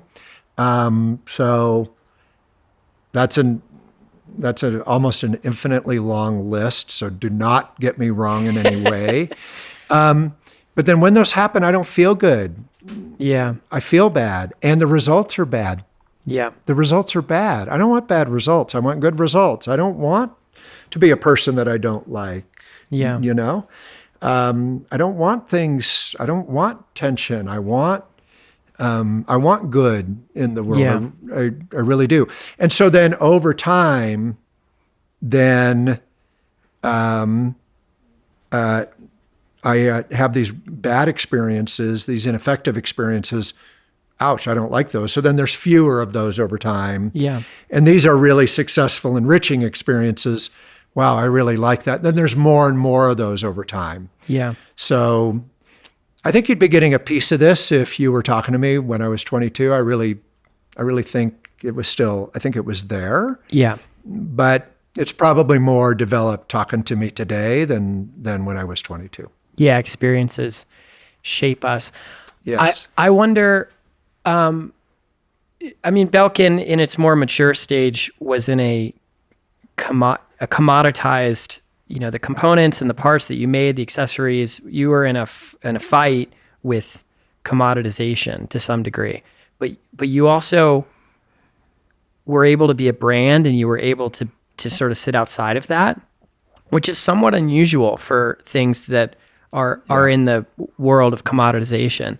Yeah. And I wonder how much of the reason you could sit outside of it is everything you're talking about now, in the culture of the company, in the sort of the spirit of how the company worked in the minds of its employees, and then how the fingerprints of that sort of transfer to a customer and to a customer's experience. I think I just kind of feel that is what probably was happening, because it's pretty hard to fight against commoditization in any realm of life. Like that's just a really that's Sisyphean. Yes. But Belkin has been able, in its more mature years, to do that. I don't know if you agree with that characterization or how you feel about it, but it's incredibly insightful, and there's a tremendous amount of wisdom coming from you with all of this. And I don't know if this is going to make any sense, or if this is even true in like your reality or the reality of the world. Maybe this is only my reality, right? We were never in a commodity fight. We were never in a commodity situation, even if for short periods of time, some of the things that we were doing were viewed as a commodity by other people. Because even if it had been something that might qualify for that, looking at it through a particular lens, if you look at it where you're educating the people on what the total experience is going to be, and yeah, after you see it, then it's very simple and very sort of easy to figure out. But before, how it got developed was a very creative way to really advance people's experiences. And so I personally, there's nothing wrong with it, right? There's nothing wrong like being in the lumber business or the iron business or the copper business. I know people that do that and they're, various levels of success. Nothing wrong with that. That is not for me. Yeah. I don't want anything to do with it. As soon as things are that static and that boring, So anything that you would see that might be a candidate for commodity level, looking at it through a particular lens, never would be the way we would think about it. Never would be the way that it would come about. Yeah. Almost invariably was innovative and then reached a level of maturity that then it maybe would earn a portion of that label. But then that's doing whatever it's doing with that tail. Mm-hmm. And then the new innovation then is coming out, which eventually will also be a commodity at some level, looking at it through a lens. But it's already dwarfed by the new innovation and the new. Yeah. And so people could just look at the later stage tails and develop that lens. I would never look at it like that. It misses the entire process. I would never look at it like that. It's always the focus on the innovation and the creativity and what it is we're doing in that moment. Yeah. And then, of course, it's got that natural tail to it. Yeah. Who cares? That's not what it is we're about. We're already on to the next, innovation. Yeah. Yeah. And your leadership style is essential for that process that you're describing, I think. Yeah, I would never want to run a company that like grew and harvested trees like for lumber, right? Yeah. That pace, but I would I don't know what it is I would do, but I wouldn't last long with that at all. Where something is just like that stable and that predictable. Now I'm sure it's got disruption and threats to that business too. You got to worry about like bark beetles or drought or something. I'm sure. But for me, I need the energy. I need the excitement of the disruption and the continual creativity and inventiveness and innovation.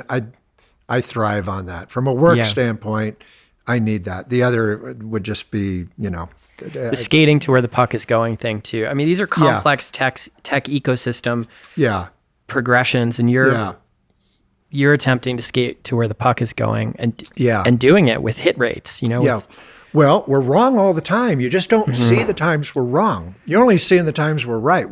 We're wrong. We get it wrong all the time. What percentage of time do you think you needed to be right for the business to work? Okay, so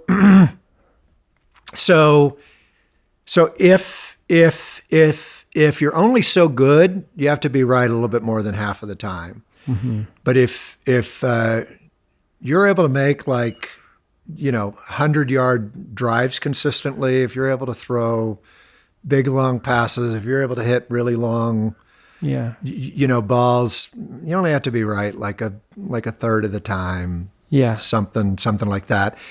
And then you only have to be like a little bit right like a third of the time. And then it's helpful if you're like really breakout right, like maybe a tenth of the time or something like that. But you're asking about breakthrough moments. I shared one of my favorites. There's a million more. Then there's like the missed moments, right? Yeah. So I have a friend of mine who's working at NASA. He's just brilliant. And his wife works at NASA, and she's brilliant. And they're working on stuff that I don't understand. So Jim calls me one day and he goes, "Hey, Chet, there's this thing called the ARPANET. And the ARPANET connects universities and government agencies, and it's a way for us to like share files and data and this information back and forth. And it's going to become the internet. So we're going to put it out into the public domain. I'm involved with this and everything. Yeah. And it's going to be amazing. It's going to be so big, I don't have a vocabulary to explain to you like Yeah. how big that this is going to be. Yeah. And so I go, okay, I get it to the level that I get it. So what do I do with that? Jim, I go, I don't know. You're the guy that figures out that stuff. I'm just telling you, like, what's going to happen. The way that the PC market was a place to like really, understand and dive into and to find the opportunity in. You're going to be able to do this with the internet, right? Never figured out in that initial phase, like everything was address driven in the moment, that there could be like a search engine and we can do this in a more intuitive, natural way, or that the first 26 search engines that were developed would be surpassed by, Google with a completely different approach.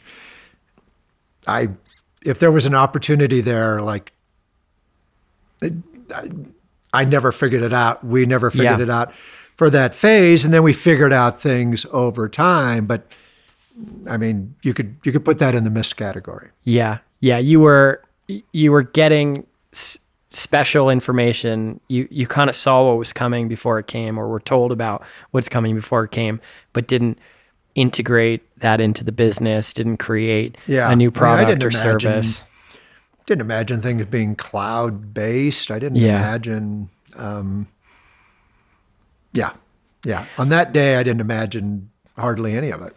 Yeah. Okay, so I want to fast forward to 2012, and my understanding from Spencer, and we can, if you can decide how far you want to go down this path with. Yeah. But my understanding is you left Belkin, or tried to retire in 2012, and it didn't go well.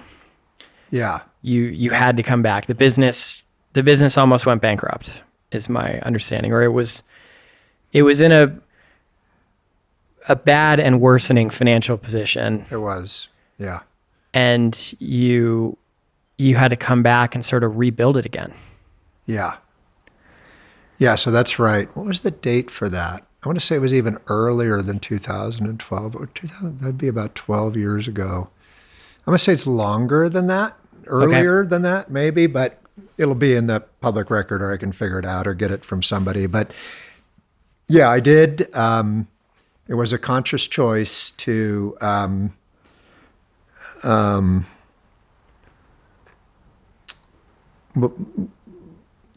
there was a tension that was developing inside of me. So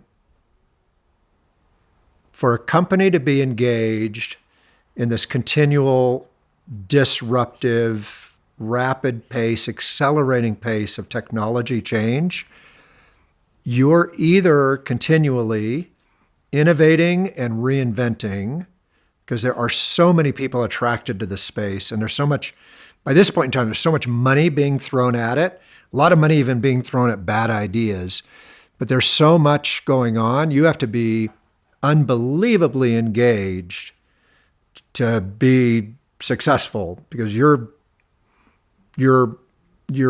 old best idea is suddenly of very little value. You need to do the next one.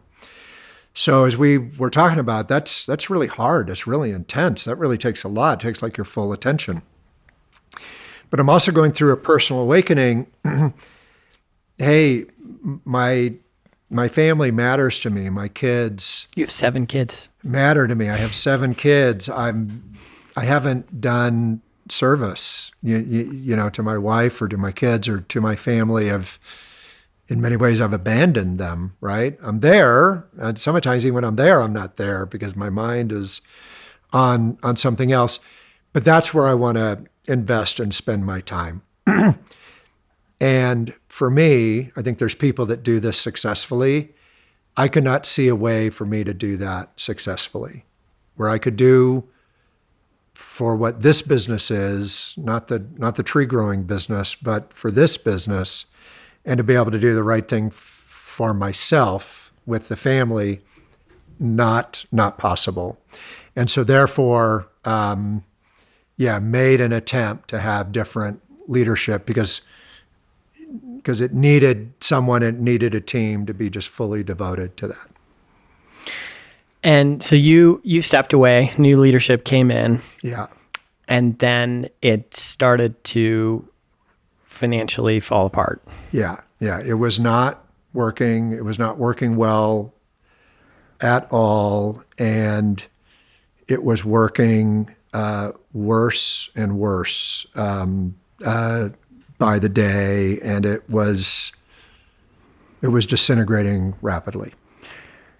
So and I think this is sort of a testament to what I was saying with how your leadership style is essential in the sort of fingerprints on the products that, sure, at the long end of the tail look like they're in a commoditized space, but I think there's something to the way that you are as a leader that allows it all to work. So you step back in. Yeah. So yeah, we didn't take outside capital early, but we did take it later. So we took an equity infusion of $50 million from a private equity firm. And so at this point in time, now we have a real board of directors, and me and my family are still the majority owners at this moment in time. And so the board, I mean, I can see for myself, I don't need the board to tell me, but the board is telling me, hey, this just is not, working. And I just kept hoping that things would get better. And we tried, various things for it to work, and none of those things worked. And it was getting obvious that nothing was going to work except me coming back into the business. And so I remember a board meeting, I don't know, it's like June or something like that. And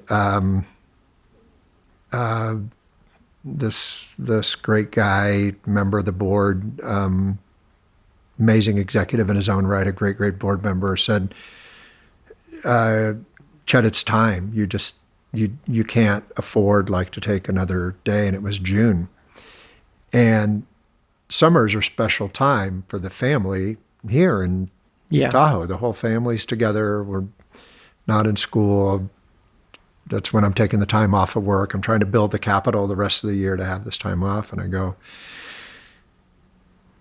I just can't do it right this second, Mike. It just doesn't feel right. I'm going to do it in September or something like that. I'm going to have this summer with the family, because when I do it, it's all's going to be lost on that side in a way worse than it has been a long time, because this is just going to require so much work and so much attention. I know what I'm getting into, and so I think I'm gonna wait, a couple months. And so Mike just looks at me, he's super calm. He's got this calm from the South kind of presence, a little bit of a, slower drawl, whatever. He goes, Chet, this is going to be the most expensive summer of your entire life. And, maybe it was. And so, I stepped back in, not 100% sure of what the organization was how they were going to respond. But everybody that I was talking to, they go, Chet, it's not you're going to be enthusiastically welcomed. You don't understand. The experience everybody's having now is, where are you and why are you not here, and can't you see? So, yeah. Well, okay, two quick things. One is financial security has got to be pretty important to your sense of inner psychology, your inner peace. It seems like you're driving towards financial security through your behaviors, through the way that you are in life. Yeah. More than anything. You are really driving towards financial security. To have the business almost disintegrate after all the years of building it, that must have felt really intense. Yeah. So as as a kid, my mom and dad were really good at a lot of things. Financial literacy, it was more innate to my mom than it was to my dad. But at the culture and the way that society worked in that, the eyes were on the dad, typically unfairly, inappropriately. But I think my mom had a financial acumen and wisdom that my dad didn't have. But there was something missing just in the management of the resources and everything. And as a kid, I had this moment where, hey, things are just not that financially secure in this household. And that's not going to happen to me. I'm going to do it differently. And I think it was a fear that I had that I don't think I've ever completely adequately addressed. I think it's still, in there at some level. Now that you have I mean, resource, there's no rational. Do you still feel that? Whatever that is? So it doesn't exist in my head in any kind of rational thought. It doesn't, it would be an insane thought, right? Or an insane perspective. But deep-rooted feelings are different, right? Yeah. They don't have to have any basis in fact. And so I think that fear was a motivator for me with some of the work, a lot of the work that I've done. And so, yeah, for sure. So you got that, nugget or whatever it is, of fear inside there. And then the practical reality of what's going on, because Belkin had always been a profitable business, and now it was suffering losses, and the losses were accelerating, and the balance sheet, which had always been unbelievably strong, was now weak and weakening by the day. And now we had some bank debt. It was not a lot, but it was something. And so it was a strange moment in time. I mean, I told the family what was happening. Well, they were aware. They could see me on the phone and everything. But when I made the decision, I told them, I go, this is going to be like how it is. And I go, this moment's going to change on, I forget the date, say on September 1st or something. This is all going to change. I'm going to disappear. It's like, you're going to see me, but barely. And this is just going to be what it takes. And it's a choice that I'm making. And it's a choice I'm making for the people that work there and for the company and for me and for us. And so it was incredibly intense. And so I was simultaneously scared to death and had all the confidence in the world. Really? Absolutely. Yeah, that you knew this was going to work. I was afraid that it wouldn't, and I knew that it would, and I was prepared to do. You knew what to do and how to do it. I knew. You had built this business. Yeah, it was all very clear. What went wrong, or why did it? So I think that the intent was fantastic. I think the intent and the hope was to bring the brand to a whole new level, a bigger level than I had ever been able to attain and that I would ever be able to attain. So the aspirations were, fantastic. And so it's kind of like, it's like a turboprop plane, maybe, flying through the air, trying to be transformed into a jet plane, while it's in flight. Mm-hmm. So incredibly tricky maneuver. And I think I had a sense that there was some discomfort, with how the company had been built and who had built it, and some maybe inappropriate necessity that things had to be erased the way that things were done before, as opposed to like cherished and valued and celebrated, which I think probably would have had a better outcome. And then there was no course correction. So it's okay to have a great vision and a great idea, and it's okay to embark on that. And it's okay for that to not work. Man, that's happened to me, hundreds of times. but then it's not working. So at some point in time, hey, that's not working. So it's time to kind of course correct. And there was no plan. There was no course correction. Yeah. Yeah.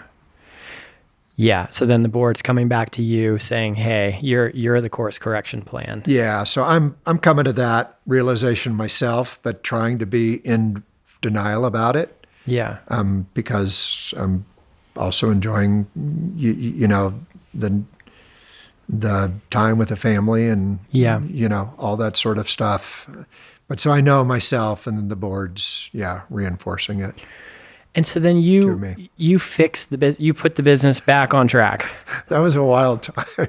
What was that? I mean, like, that was a really wild time. Were you like cracking skulls? Like, what were you doing? No, it was the opposite of that. It was like a lot of duct tape on cracked skulls, I think. So the business was in such bad shape. I mean, one example, so like the CFO had left, and then the next layer down from the CFO, whatever that, you know, was, I don't know, treasurer, controller, you know, blah, blah, blah, blah, blah, was down to just like the head of like accounting. And then she was on her way out. So like the chief financial person, the next layer down is gone. And so then you got the next layer down from that, right? So I walk in and there's just a complete void there. So this is just one tiny sliver aspect of the business, right? So I call in the three most senior out of that area, and these are great people, but they're quite junior, and they're all there in some Belkin capacity. They're now there now, but they were as of like a year ago. Now 2 out of the 3 are still there and doing a fantastic job. So I go, hey, we don't have a CFO. We haven't got this layer. I'm here. You don't know me. I'm sure you're aware of like who I am. I have no idea what it is you've heard. The good stuff might be right. The bad stuff probably is right. But, you know, this, that, and to the other, this is going to fly. We're just going to make this work, and how we're going to make it work is, you know, blah, blah, blah, blah, blah. That's the leadership thing I'm talking about. Like just that little, that exemplifies what I'm trying to say. Yeah. And so I go, so the 3 of you right now are my CFO, right? I have no idea what it is you're good at, what it is you're not, anything else. I know what it is that we need to go get done. So what it is we need is blah, blah, blah, blah, blah, blah, blah, blah, blah. So this is it, right?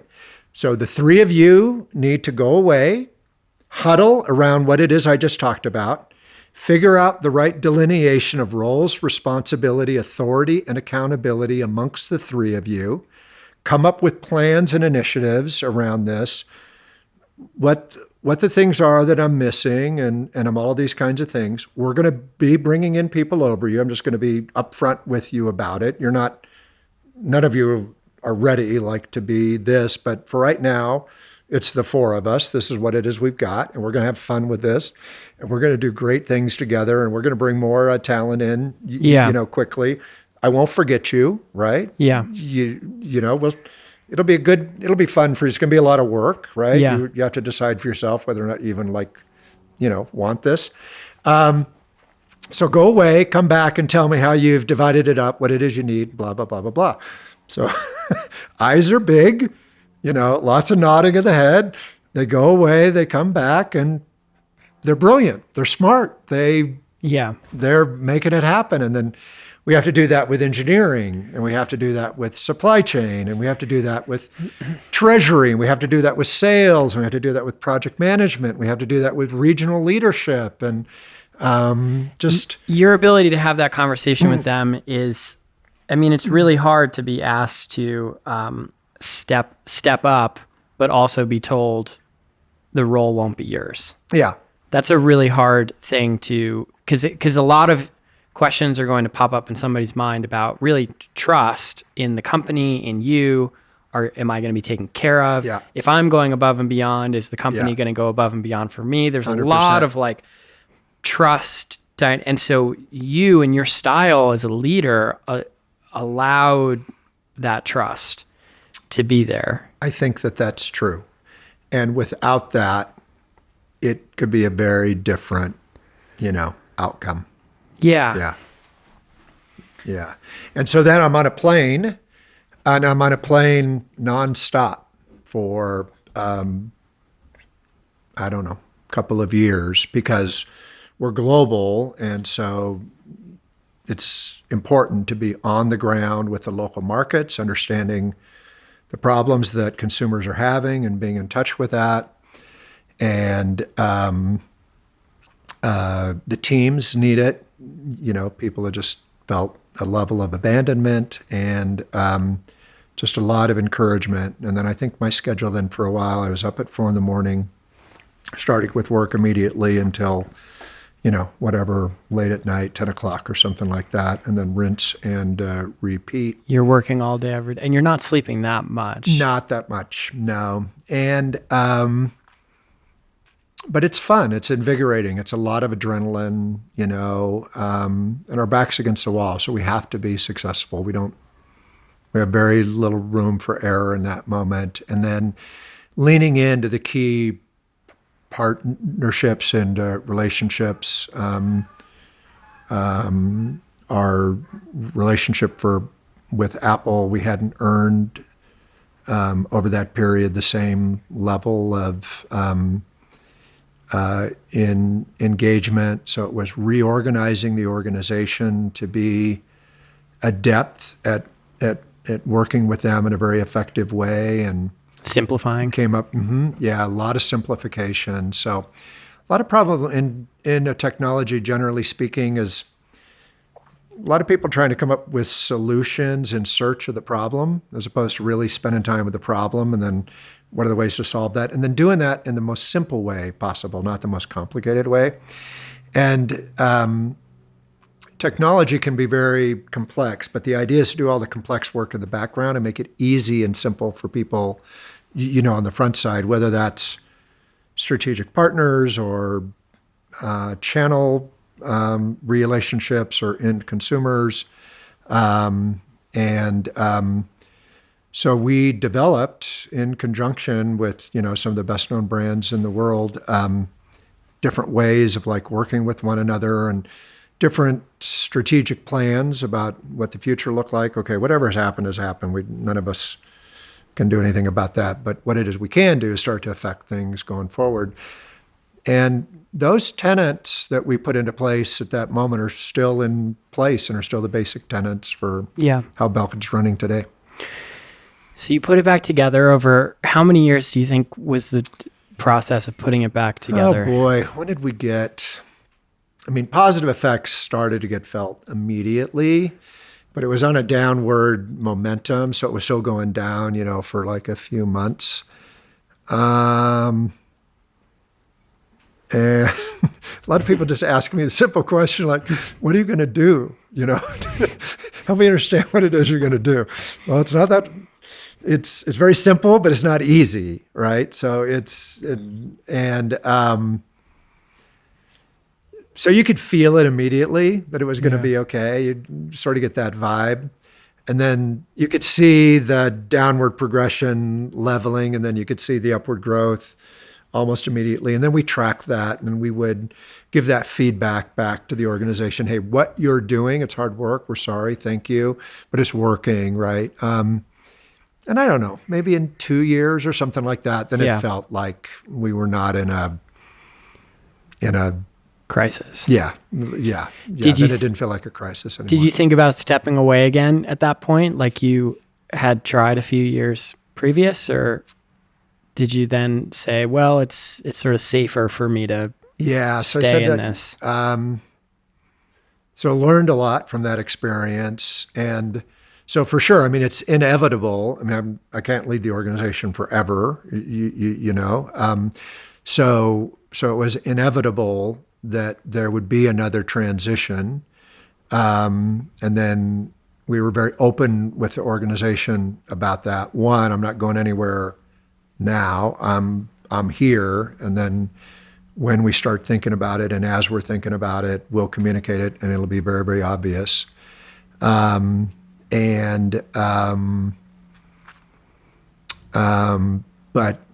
didn't even contemplate that for years because we wanted to make sure that the organization was in a in a spot where it was thriving and not surviving. And then we identified a pool of people. I identified a pool of people as candidates that would be capable of taking over the organization. Then over time, leaned increasingly into this one amazing person, and then put him on a track of different experiences of disciplines across the business, different regions around the globe, and then gave him increasing levels of responsibility. And he's running the organization today, and unlike the previous experience, I can confidently say he's running the organization today better than I would be running it today, which is what the objective was. So there's things that I'm probably better at than him, but there's more things that are more important than he's better at than me. And it's an absolute joy, and I just have so much pride in him and the entire organization with what they're doing and how they're doing it. And you sold it. You sold the business some number of years ago. Yes. To a subsidiary, Foxconn. Yes. Had you been working with Foxconn in a contract manufacturer capacity? Yeah. So this is an interesting story too. So,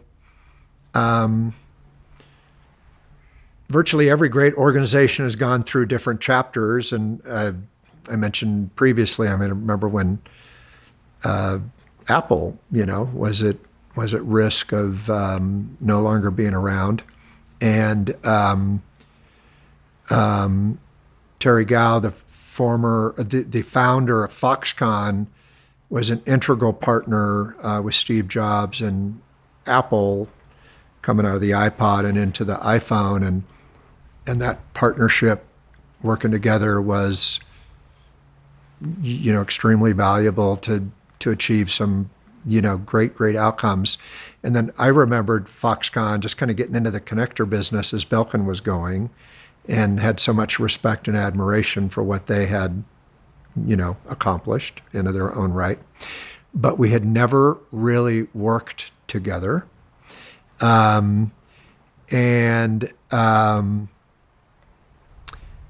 So as we started to be open to a different capital structure for Belkin, including the possibility of being part of a larger organization through some kind of a merger, then we started to talk to key people in the industry that certainly included banks, but it included a lot of our strategic relationships also. And so people were very supportive and very engaged with helping us to find the right partner. So it's almost like friends who've got close friends who are sort of ready for a major change in their lives, and they're aware of other people, and some degree of that kind of matchmaking. It was that kind of matchmaking. And several just really exciting possibilities came to mind, but we were brought together by a few key executives out there in the market who were delighted to have us explore this. And it was a really natural fit from the get-go. That's cool. It's a fun analogy to think of friends matchmaking. And that's precisely what it was that was happening. And when it was announced, one of the folks said, a very senior person, said, wow, this is like two of my best friends getting married. Oh, yeah. And you're still on the board, right? Yeah. So I'm on the board. It's Foxconn Interconnect Tech is the subsidiary that has Belkin. So it's a publicly traded company on the Hong Kong Exchange. So honored to be a member of the board. So I did one term, and I'm in my second term, and yeah, hopefully, adding value in a broader context, and And yeah, it's really, doing really fulfilling. better than ever. And Belkin, Belkin's doing better than ever. Yeah, yeah, yeah, like its yeah. revenues continue to grow. It's That is right. Yeah, it's yeah, thriving, growing, expanding into yeah, new markets, as innovative as ever, and has taken the engagement and devotion to the staff to a new level. Is increasingly shown up on best places to work lists and employee engagement scores and the net promoter score for the company, and yeah, through a series of metrics, yeah, it's just excelling. Was there ever a world where you imagined it to be a family business? It started as a family business in a sense. Yeah, so uh, I I didn't really think about it in the early years, like how that would evolve, and um, I would I don't know what it is I would do to myself before I'd let like one of my kids do that, even if they wanted to, Hmm. um, because it's so hard to navigate what was already becoming increasingly clear with their values and what they valued. Um, it's a complicated, tough, intensive business to run. Our Steve, who's doing it now, is doing a much better job than I, being a very devoted dad, husband, great business leader, and finding that kind of balance. Um, and I guess I don't know, maybe sorry, Steve, that I willing for you to be in that spot, but I wouldn't feel good about myself, Hmm. and maybe I couldn't take it, right, watching them like try to navigate it. You didn't want that for them. I didn't want that for them, and maybe I'd feel guilty inside or something, that maybe there'd been some kind of feeling of expectation or intention or something like that. So no, we all talked about it a lot, and um, the oldest, I think, was open to it, and extremely capable person. But he also came to the conclusion on his own that this isn't This isn't the life that this isn't the life that I want for me. yeah. Hmm. For And my you family. kind of you did what you did to provide financial security for your family, the kind of which you could have never imagined, that didn't exist when you were a kid. It's like you did that. You took one for the team, so to speak. You Yeah, did and the I think, thing. this fear motivator, I think my own self-awareness is extremely undeveloped in the moment. A lot of it was I just wasn't thinking. There was this inevitable component to it that, like, this is what I'm going to be doing, is like Yeah. this business thing. Um, it wasn't a thoughtful, self-aware check-in of it holistically. It was just kind of like seizing the moment with a lack of attention or care to. It was really clear on the intended consequences, a lack of attention and focus on what the unintended consequences might be in that moment.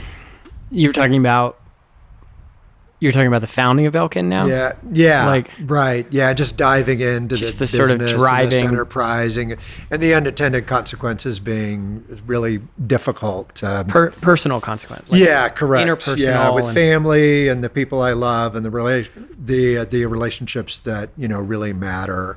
yeah. And it's not just time. It is also just getting myself centered around that role and that responsibility. I wasn't good. I don't know if anybody's good at it. Maybe maybe a lot of people are, but shifting, from this over to this. Yeah. I think a lot of people, myself included sometimes, to be honest, think that money can be a substitute for that. Even if you know it isn't, on some level, people want to believe it can be. I think people want to seek financial success as the end all be all, or they feel that by achieving that, the other things, the important relationship things will be made better, that everything will be made better. But if I'm hearing you correctly, I mean, part of what you're saying is that there's a bit of a false trade there. I don't know if I'm not trying to recharacterize your words, but there's a... No, I think you're capturing it correctly, and it's not a bit of a false trade. It is 100% false trade. Kids don't need money. Kids need love. Partner doesn't need money. Partner needs love, devotion, attention. And these are the things that matter. And the other, I think, can even be a curse. So...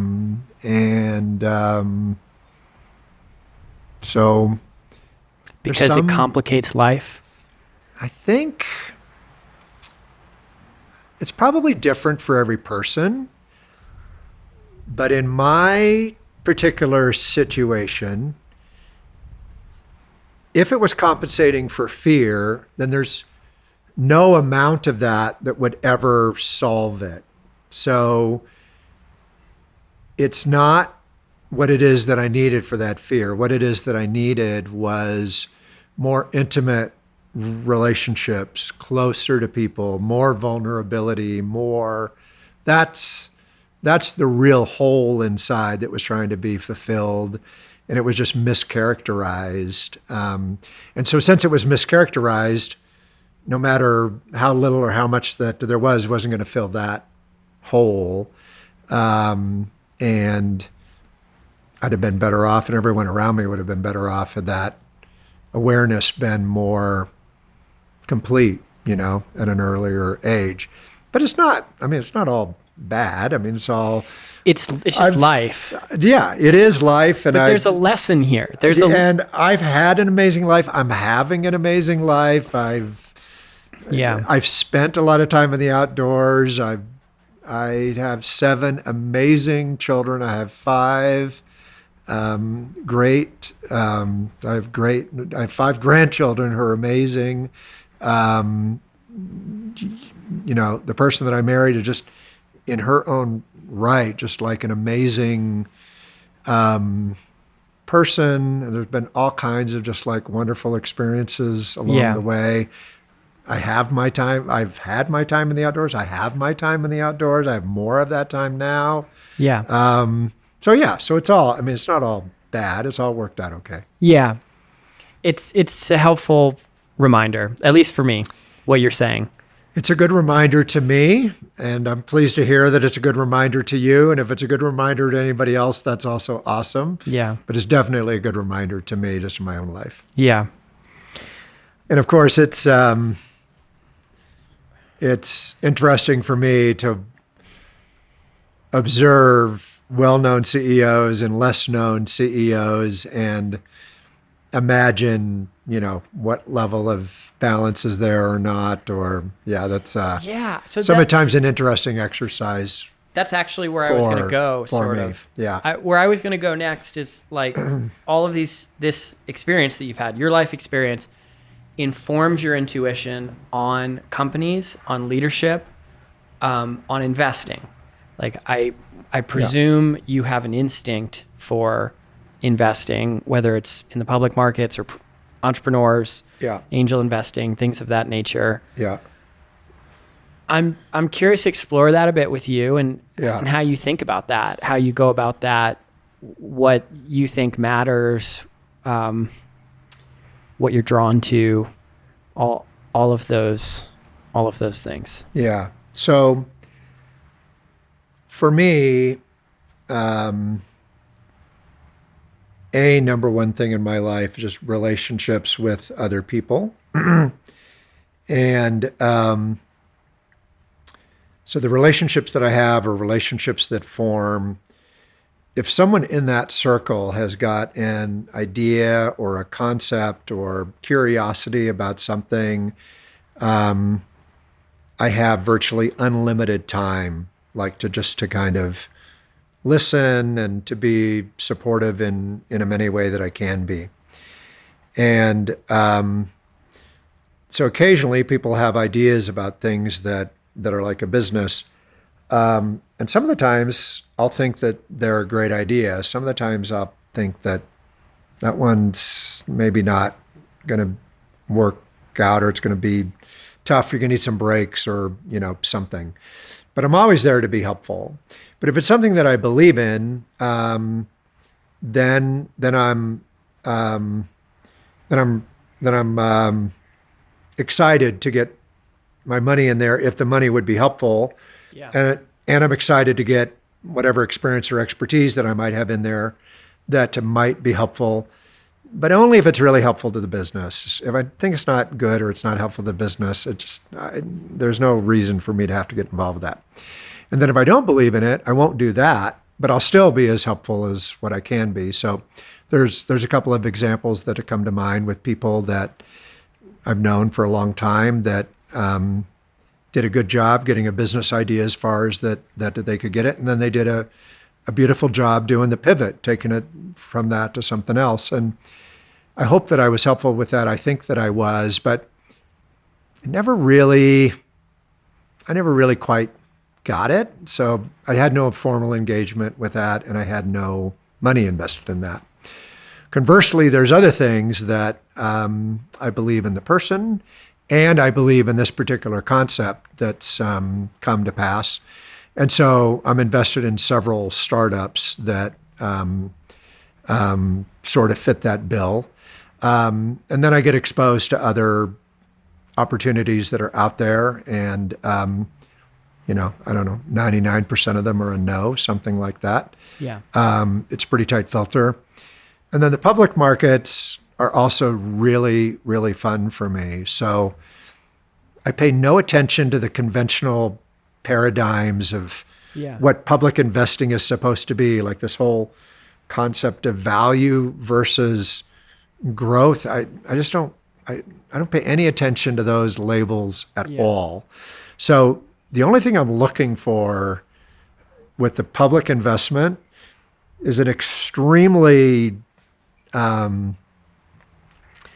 amazing company that the public market is undervaluing in that moment. It's the only thing that I'm looking for. So there's companies that I'm impressed with and would love to own all the time, but I think maybe they're overvalued, maybe they're appropriately valued, maybe they're a little undervalued, but not with the cushion I would want to see. But the market is so bad, Mr. Market is so bad that it is inevitable that the market just keeps serving up these great companies at these crazy values. Yeah. And so then that's when I want to get involved with those. And 99% of my inspiration and my instruction with this comes from Warren Buffett. Yeah. So that one's very simple and really straightforward. Yeah. What valuation? I mean, there's a lot of tools of valuation. There's a lot of metrics. Yeah. How do you assess value? I mean, is it, do you start with P to E and then you also look at price of sales and you look at them all and you try to kind of gain a sense of why this valuation tool might not be that relevant to this company for reasons pertaining to its business, or that one might be a better one to use? Or, I mean, are you building like cash flow models? Or like how involved are you getting here in trying to determine whether it's undervalued or not? Or is it just the stock dropped in half because of a bad news story and you're like, now's a good time to buy? Like, how do you? Yeah. So I keep it super simple. So any kind of like complex formulas and all that, any kind of complexity, I pay no attention to. What the analysts are saying, I pay no attention to.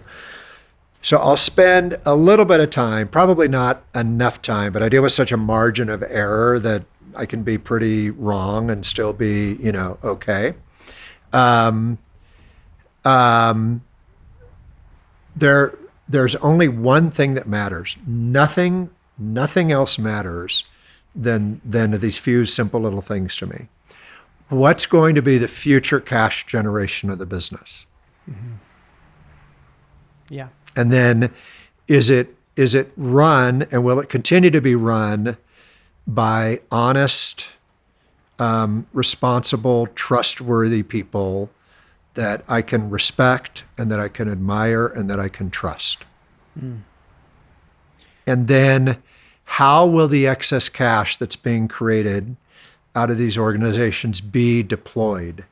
Are they good at capital allocation and deploying the money in the future earnings in a sensible fashion? Yeah. Will they,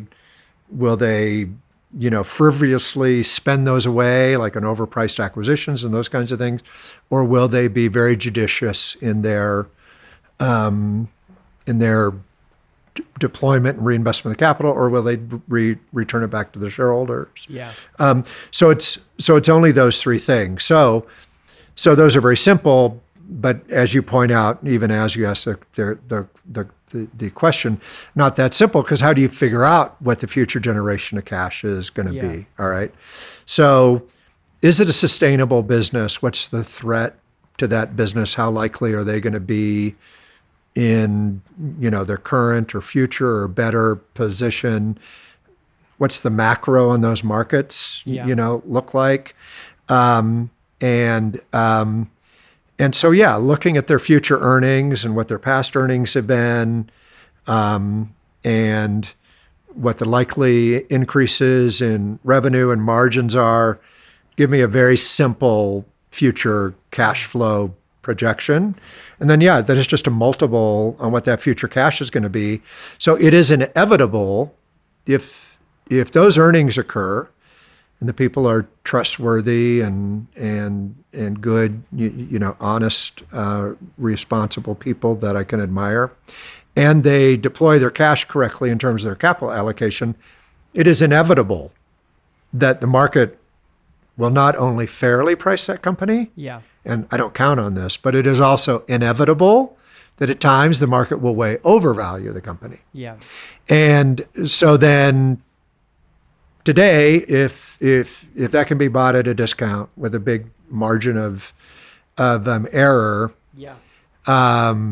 then it's super straightforward, and then of course I can only fish then in a very small pool where I believe that I have adequate insight in the markets and all of those kinds of things, right? Where you have intuition. But in technology and consumer electronics specifically, I feel, super comfortable in that space. And that's actually a pretty large, pool.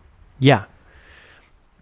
If you're okay with it, maybe we could make it specific to like a case study kind of thing here. I'm just curious what you think. This isn't meant to be investment advice or anything. Right. I'm just I'm just curious how you would. And I'm not qualified to give it, and no one should listen to me on any of this or anything. This is just my own experiences with this it. This is right? for illustration purposes. Yeah. Yeah. Right.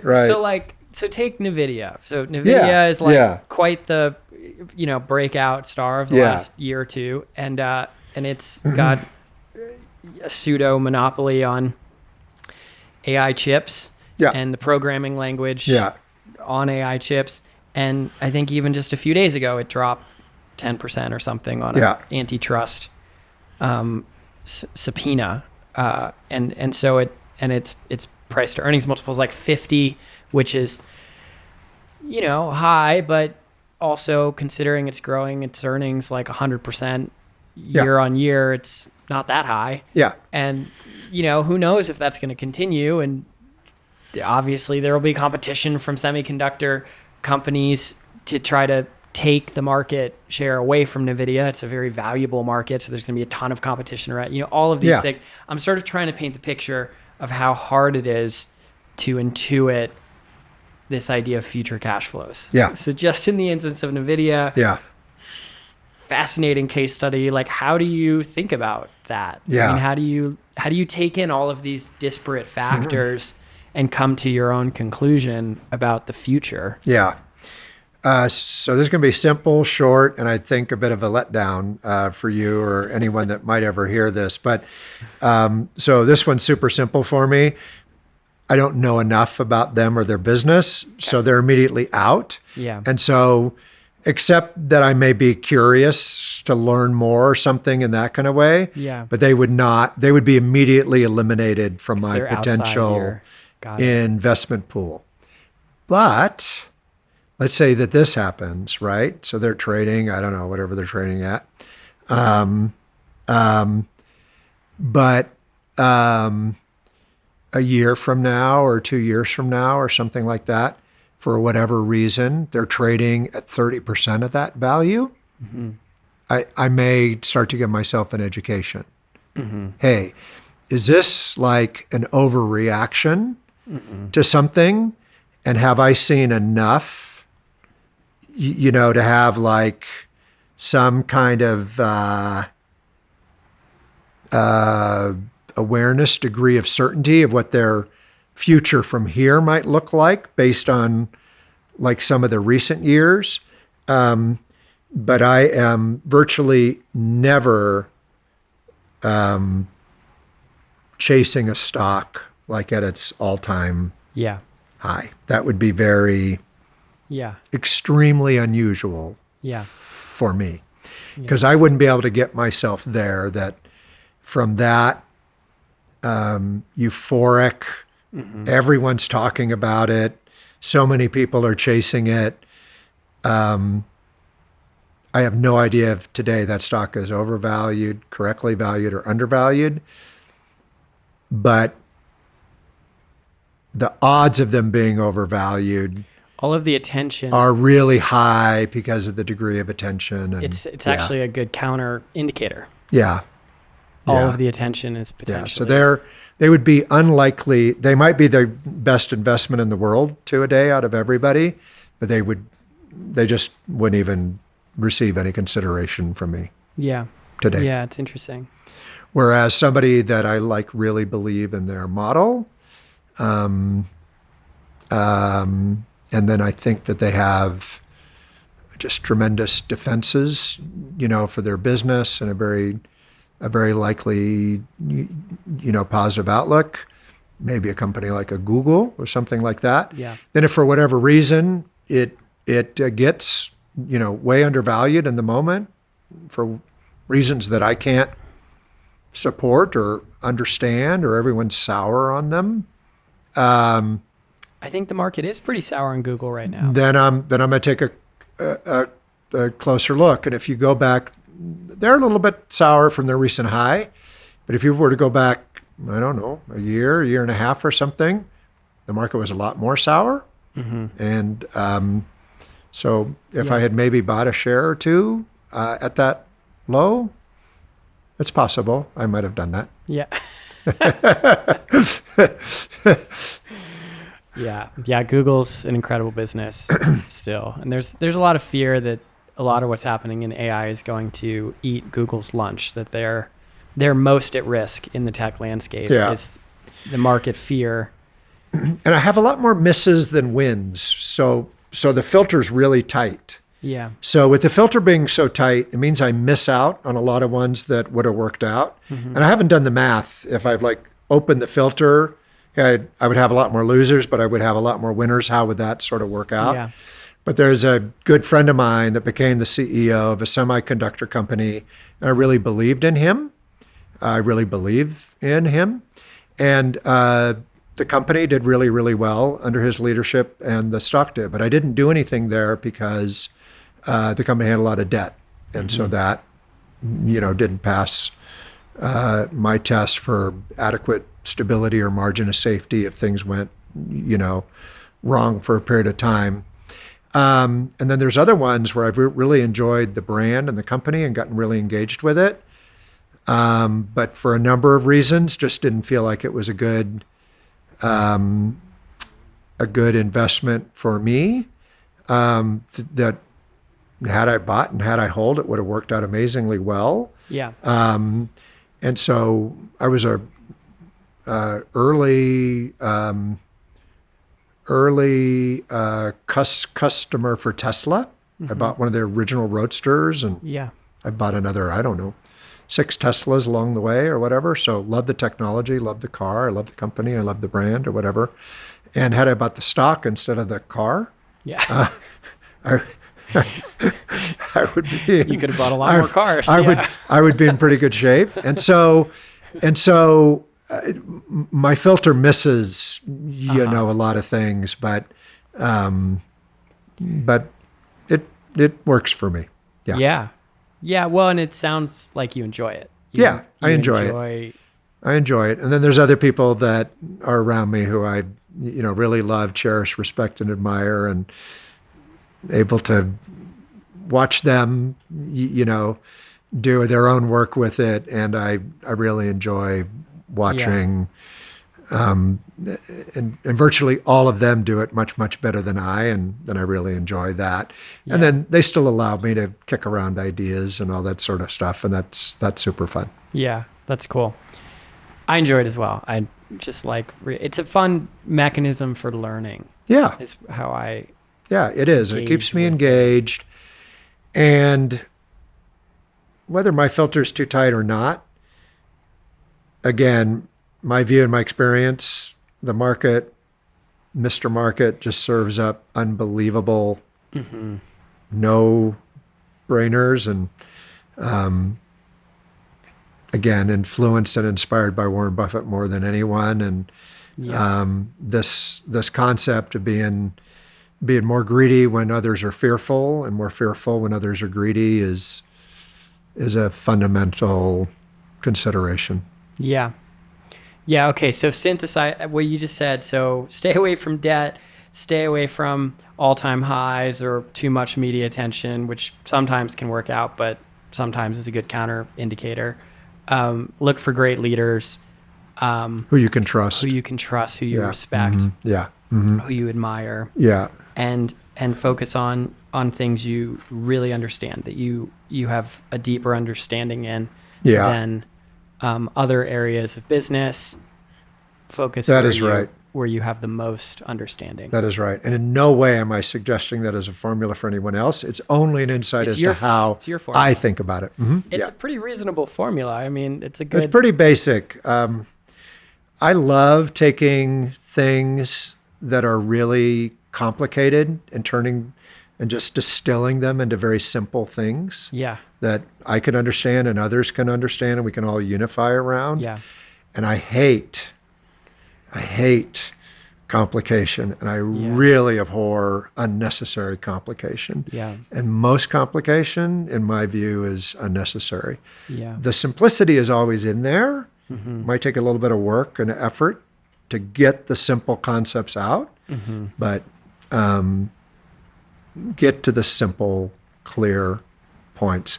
So if things aren't clear, people can even pretend like they're working together, but their understanding of what the objective is, can vary greatly because it's so complicated. I'm interpreting, things.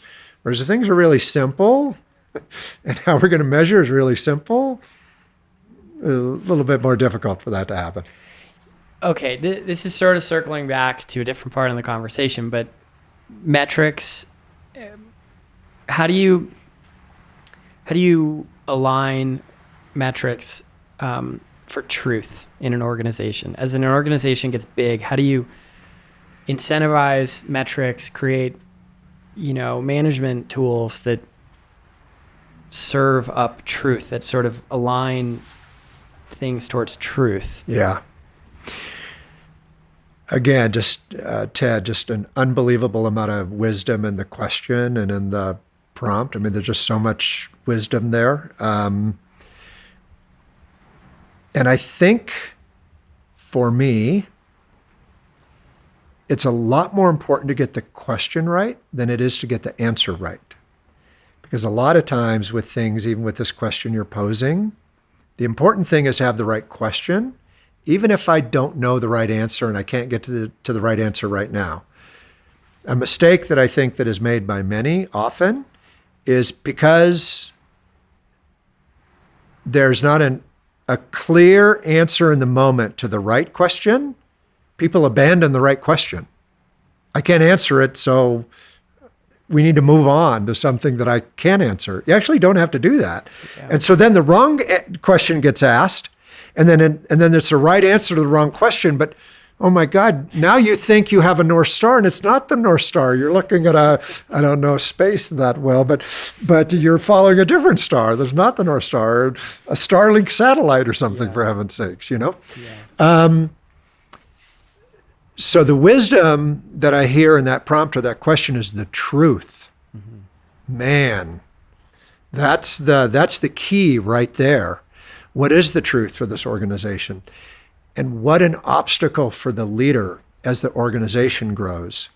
When Belkin was getting started, and I was in the store myself, and I was talking to the customers, and I was talking to the end users, and I was laying my own eyes on it, unless I was in my own self-denial, the truth was obvious. Then you start to depend upon feedback and information and data flow from others for the truth. And when the organization is small, it's mostly true. It's basically true. And as the organization scales, the leader's access to the truth diminishes greatly. And in my view, the leader's biggest obstacle in largest organizations is access to the truth.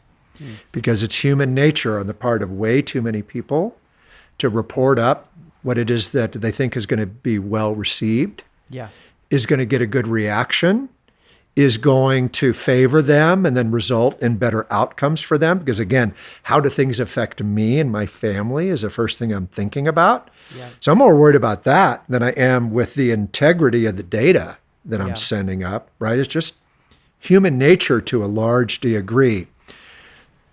So the better that a leader can get to the truth, the more effective that leader is setting herself or himself up to be just from the get-go. Yeah. And then data is everything, but there's so much false data out there. And then you got this terrible phenomena where there's like too much data that is frivolous. And so now I'm drowning in data or information, but I'm starving for insight. Yeah. And so it's just ripe for all kinds of errors and mistakes. And then this can be exasperated by, hey, this is data driven in theory. This has been proven in theory. This is validated, blah, blah, blah, blah, blah. So it gives me even more conviction. And man, if it's wrong, conviction and the wrong path, oh boy, man, I did that on a hike once with Spencer, where my son, where he knew the right way to go. I was going the wrong way, but I was convinced that it was the right way. That was not a good outcome, right? Trouble, yeah. Or I should have just listened to Spencer. But with the right data and with the right question and with the right truth, metrics are everything. And measuring against those metrics are everything. So you have to get those first things right. Yeah. And again, you got to get the question right. And so it may be hard to measure. And another mistake that people make is, if you can't measure it, then it's not worth the, right. That's a huge mistake that I see people make over and over and over again. I don't know of a good way to measure it. I quote unquote can't measure this. So therefore I throw out the metric. No, please don't ever do that. Yeah. Don't ever do that. Mm-hmm. Yes, metrics are critical. Yes, now you really have the truth. Yes, you don't know how to measure it. That's okay. Maybe you'll figure out an awkward way to measure it. Maybe you'll figure out an ineffective way to measure it, but it's directionally right. Maybe you'll figure out a way to measure it, but don't deviate from the right question and the right metric, even if you don't know how to measure it. Yeah. And then over time, I think you'll figure out a way to measure it. Yeah. Interesting. Hard to find truth. The bigger the organization gets, the harder that it becomes. Yeah. the bigger that a society gets, the bigger. Look in this country how the bigger that difficult anything gets. Look at how difficult it is to find truth. I just voted in like the local election, and some of the people that I was being asked to vote for were like people on the school board and the local judges and that sort of thing, and trying to get the truth on like where the people stood. That was hard. I never really got comfortable with it. And I want to make a selection on everyone that I'm allowed to. Yeah. And I just couldn't get to a degree of confidence that I could get to the truth. Right. Yeah. And it's funny, those votes matter so much more in some ways than the national vote. Like there's so much more. Yeah. There's such a higher percentage of the vote count for a regional official. Yeah. And local politics is often a pretty high lever, or it's maybe even a higher lever for like your actual experience. Yeah. Even though national elections obviously matter as well. Yeah. But it's really hard to find. I have that same exact experience when I vote, and there's like 50 different things. Yeah. And I know so much about, the top 2 things or 3 things. And I know almost nothing about a bunch of other. Yeah. I think that's a universal problem. There's got to be a better way for that. So then how do you get to the truth? And I'm not smart enough to like solve that or even be able to positively contribute to it in a meaningful way. I'll leave that to smart people like you and others. And so then if I'm running an organization, then it is incumbent upon me. Boy, I better get it figured out here. I don't want to punt on those other ones, but if I punt, okay. Mm-hmm. But if I'm running an organization or I'm contributing to that in a meaningful way, I cannot punt. Yeah. And I cannot get it wrong.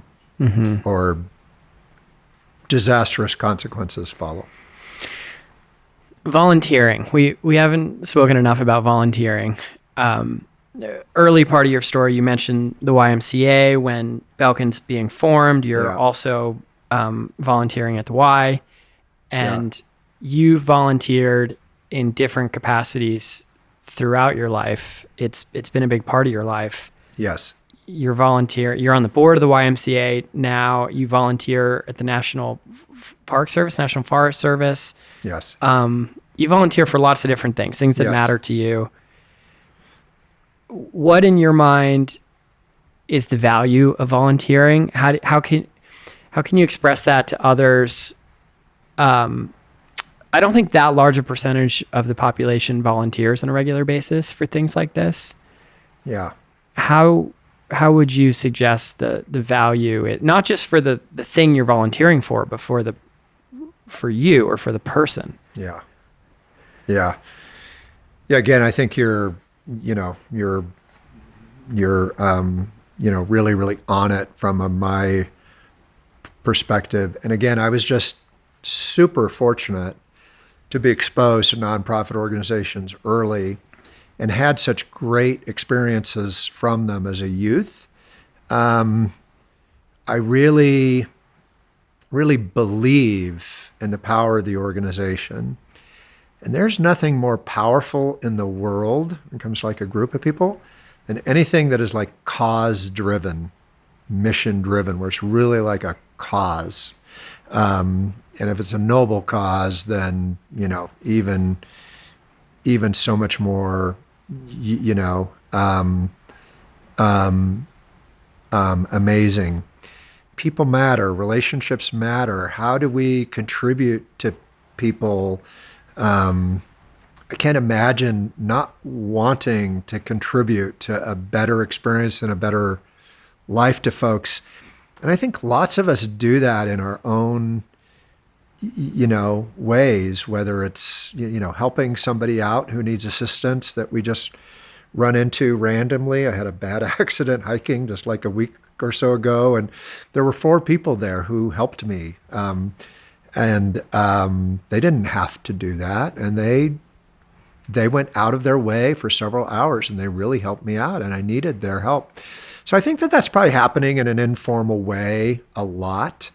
And those people did the right thing for me. I needed them in that moment. And I don't know. I don't know if I'll ever, run across them again. But I imagine that they got an incredible reward seeing someone who would benefit from some help and some assistance. So we could go through life just waiting to see what the universe serves up to us. Hey, here's a person in need, and I'm here, and I'm in a position and at a time and a place where I can be helpful. Amazing. I don't need anything more than that, than the reward I feel. Exactly the way that you were speaking to that. But engagement in a formal organization serves it up on a continual basis. And so rather than leaving it to happenstance, it's intentional. It's purposeful. And you know that it's just going to keep occurring. And it is this reward that I got from being of service, first as a participant, but then as a participant, leader to whatever degree that was true, or not even necessarily a leader, but just somebody who was contributing. Then getting exposure, volunteering, counselor for kids, helping the organization at a board level, helping with ideas, helping to reconstruct cabins in the mountains. The experience that I get from that, I don't know how honed my leadership skills are, right? And I'll leave that to other people to assess in their own point of view, and I'm sure the range of that opinion varies greatly. But to the extent that there is any leadership skill here within me, it was honed in a major degree with involvement in nonprofit organizations. Nonprofit organizations developed me in a meaningful way, working side by side with competent people from all walks of life, exposing me to all different kinds of points of view and different experiences, and then the impact on the service being provided to others and the opportunity being provided to others, the reward from that, and knowing that there's no other objective, there's no motivation, just the reward, that fuel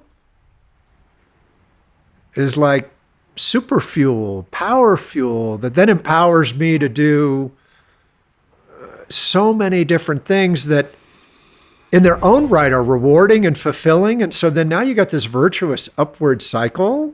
Yeah. Versus a different kind of cycle that I could be in, that maybe would be a downward cycle. I haven't experienced that and hope that I never do, but yeah, it's replenishing your soul. I'm kind of hearing, it's like you're attributing the YMCA and these formative early experiences to like saving you. Like you're helping others, but it's saving you too. You described it as spiraling up versus spiraling down. Yeah. But that is accurate. I don't know how much I've helped other people or not. I think it's been a positive impact. Yeah. But I don't even try to think about that or quantify or whatever. Yeah. What I know is it's helped me. That I know. Did this desire to serve, how did this play into the decision to put, I think, the first Belkin office or second Belkin office in Compton? Yeah. How did that come about? This is before the Rodney King. This is before the race riots. This is before all the tumultuous times in Compton, just a few years before. Yeah. What was your logic for locating your HQ there? Yeah. So, I grew up in Hawthorne. Hawthorne's a great city and had all different kind of elements, to it. Getting involved with the Y, I was working with youth that were in the inner city. So I didn't grow up in the inner city, but I was close to it. And so I was always comfortable there. I didn't have a discomfort there. And then I got really ingrained with some inner city work, working with inner city kids, and I got at least their kind of perspective on things. And so I got even more comfortable with it.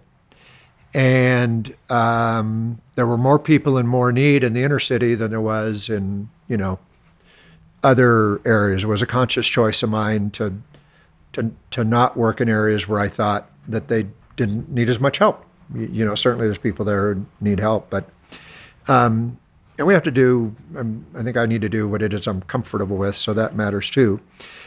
And so there was already a level of comfort.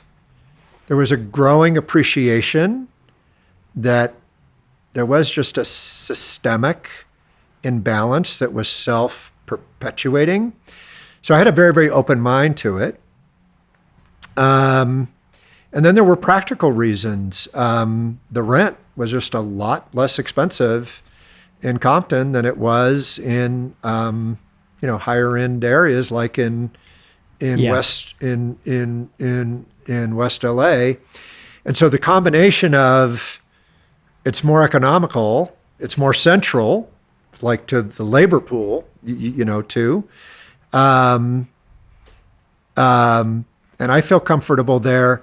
And we're now creating jobs. We're putting our money where our mouth is, right? Yeah. And now we're supporting the organizations in that ecosystem. Now we're engaging with those government agencies. Now we're engaging with those nonprofit organizations.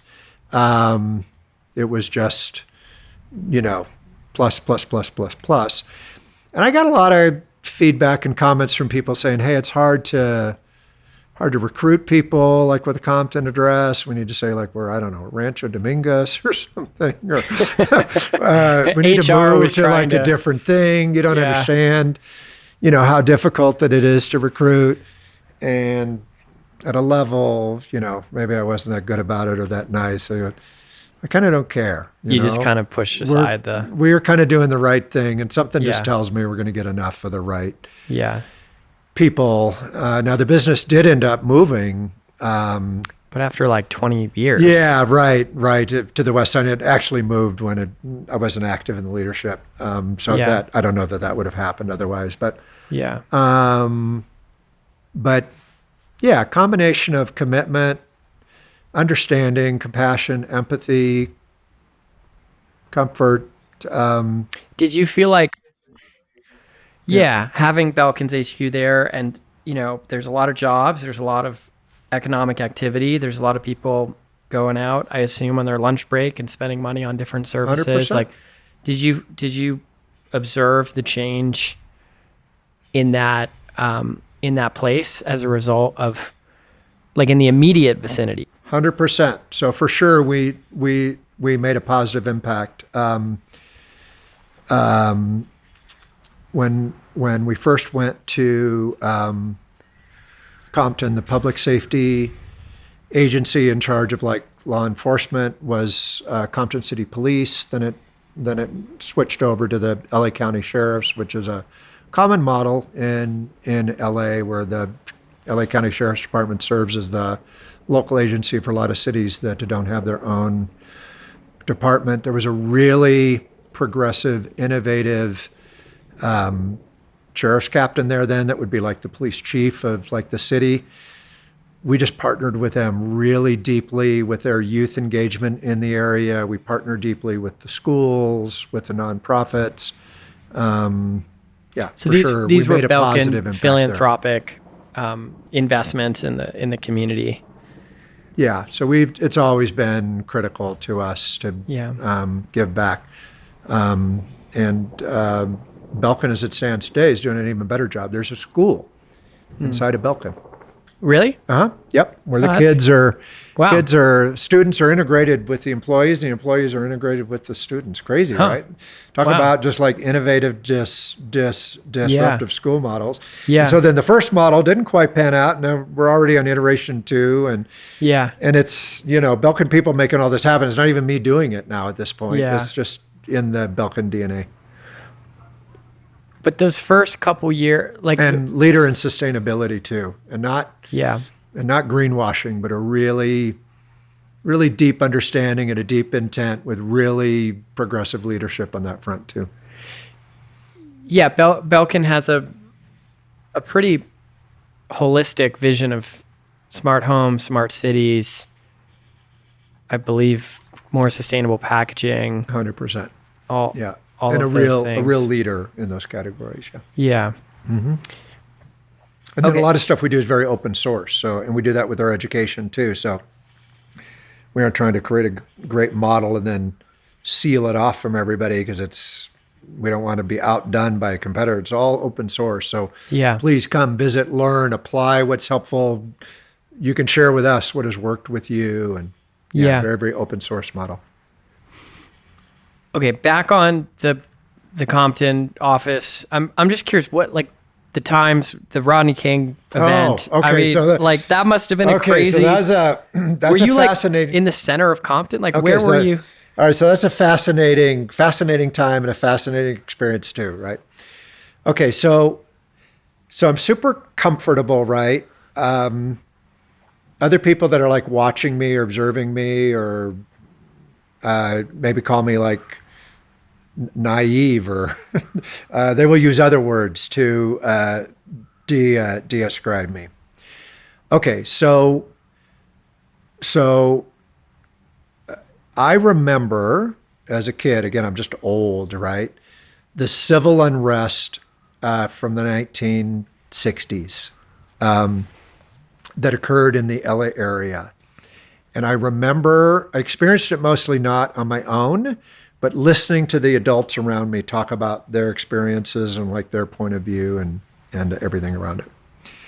And so we're in Compton, and perhaps inevitably, given that set of circumstances, civil unrest develops again.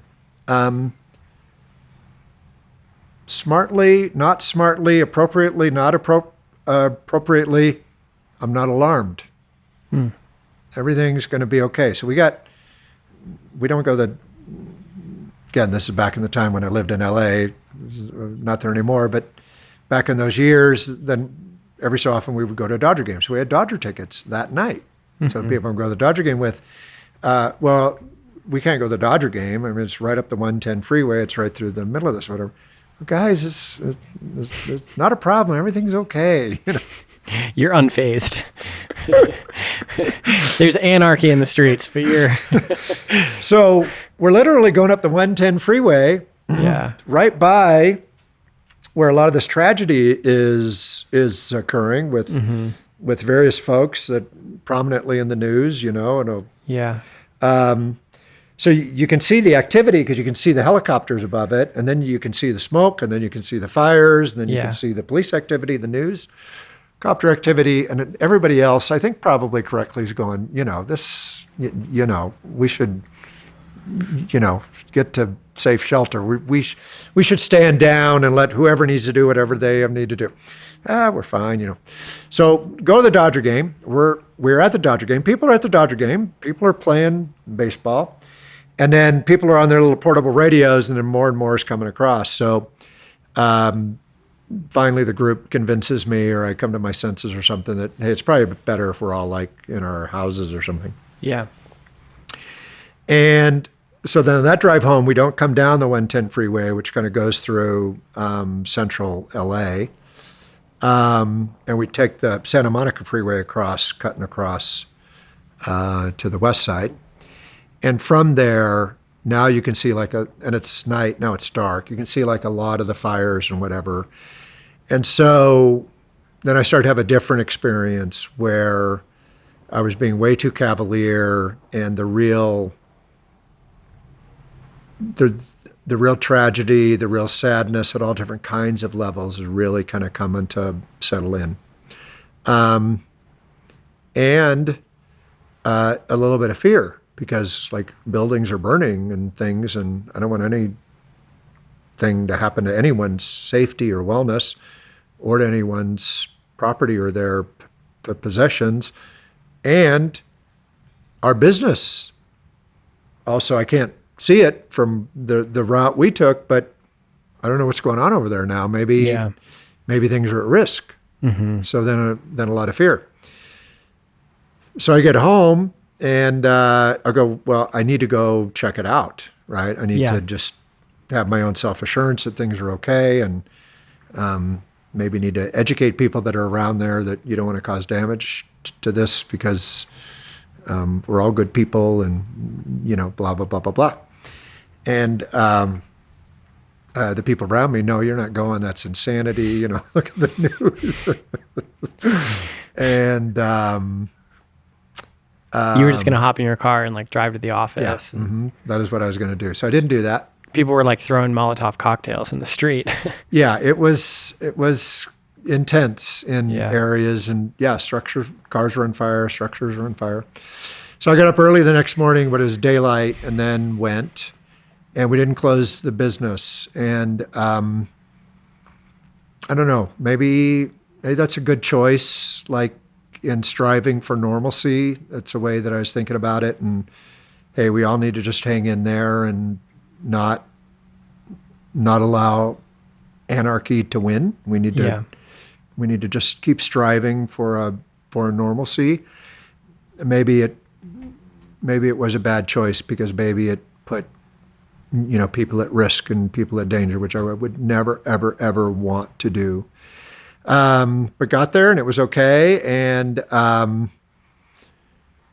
we're checking in with the law enforcement agency for Compton at the time, and it was a Compton Police Department.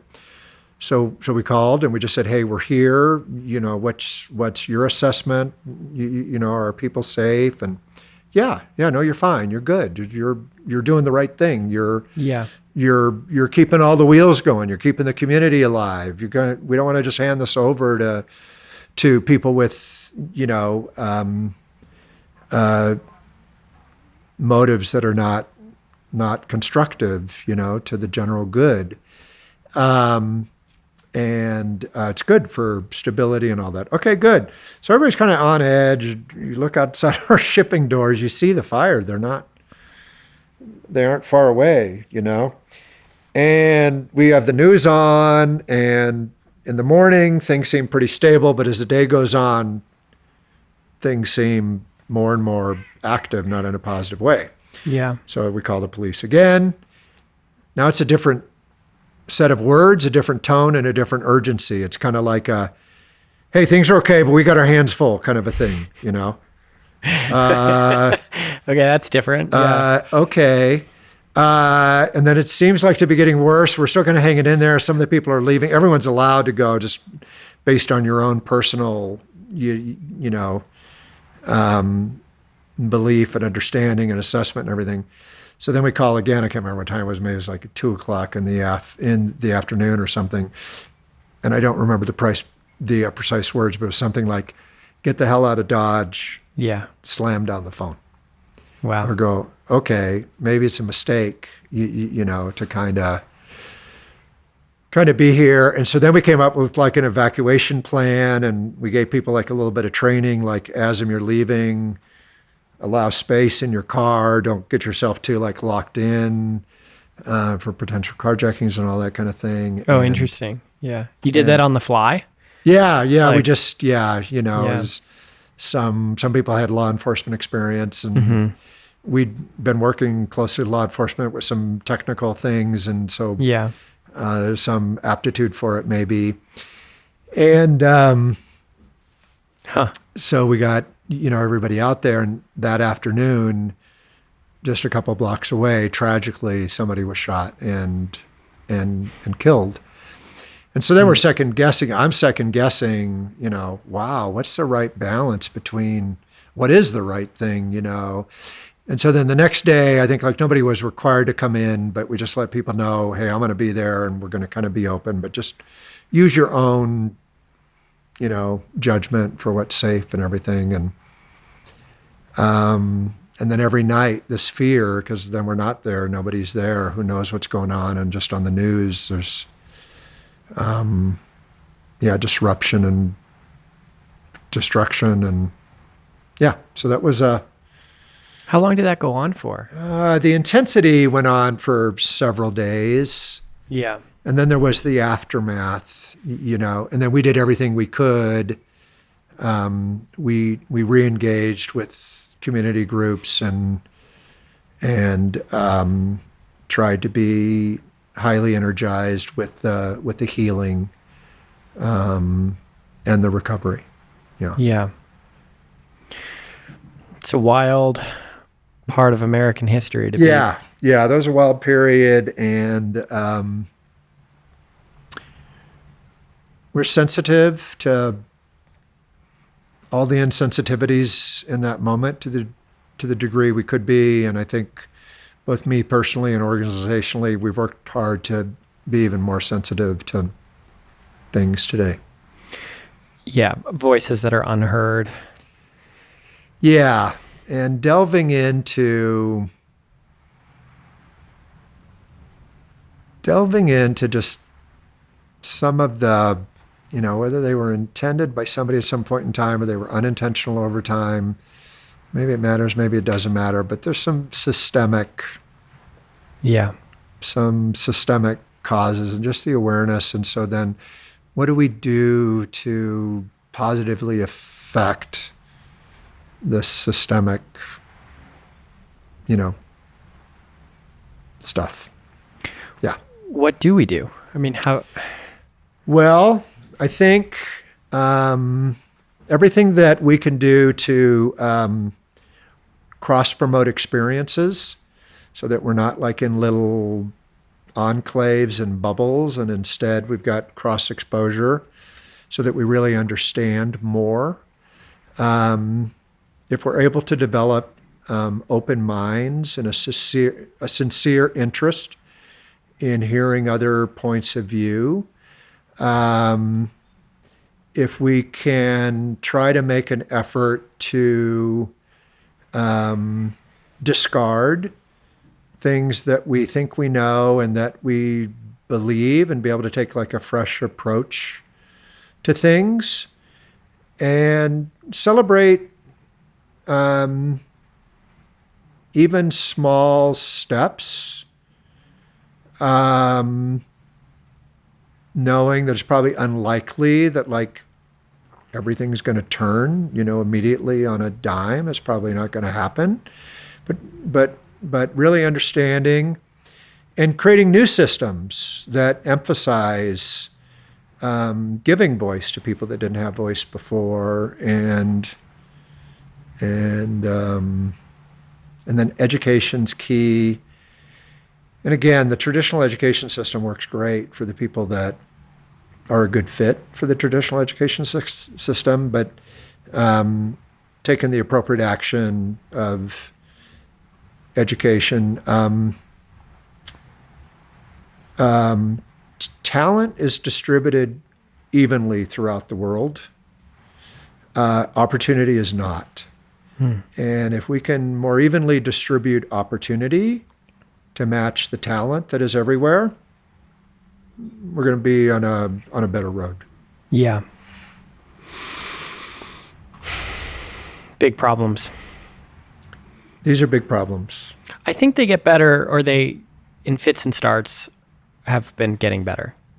I think so too. And there's people that challenge me on that a little bit, that, hey, you don't understand, and maybe they're right. But my own honest assessment myself is that things are getting better, maybe not consistently with some fits and starts, maybe not at the right pace. And I'm an optimist by nature, so I generally see things this way anyways, but yeah.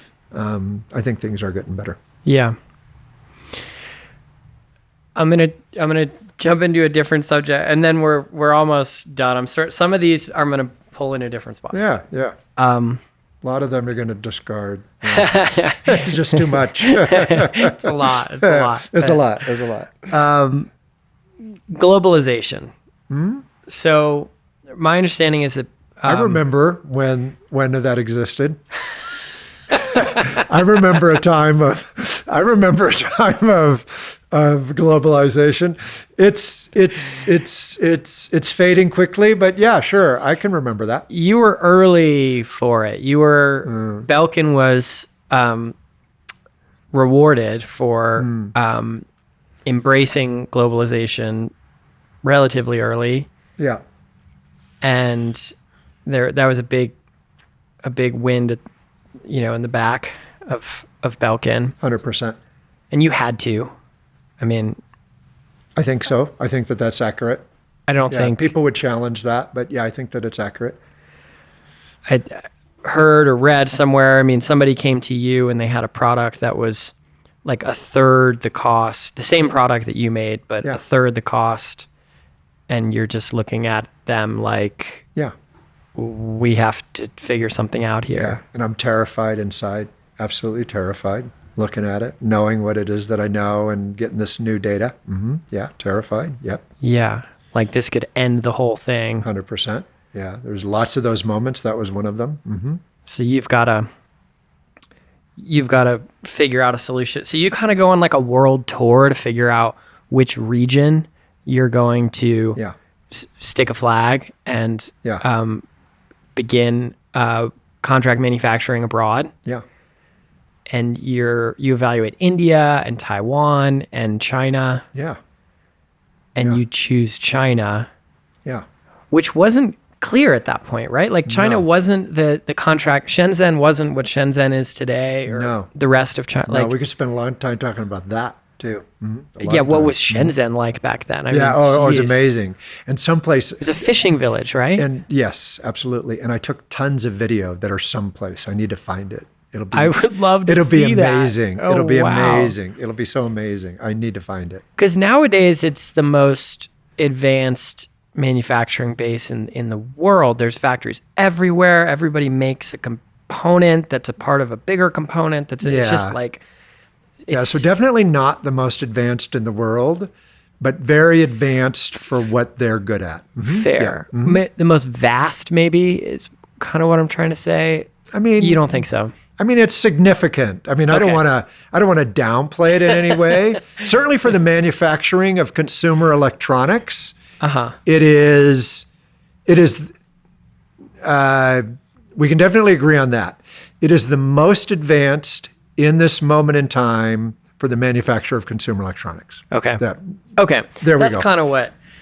there we go. But you would know better than I, and I don't Yeah. know. But you chose China out of three different economies, three different places. Why did you choose China? Like what gave you the intuition that was the right choice? Yeah. So we talked about like breakthrough moments, and I shared like one of my favorites. This is a huge one, right? So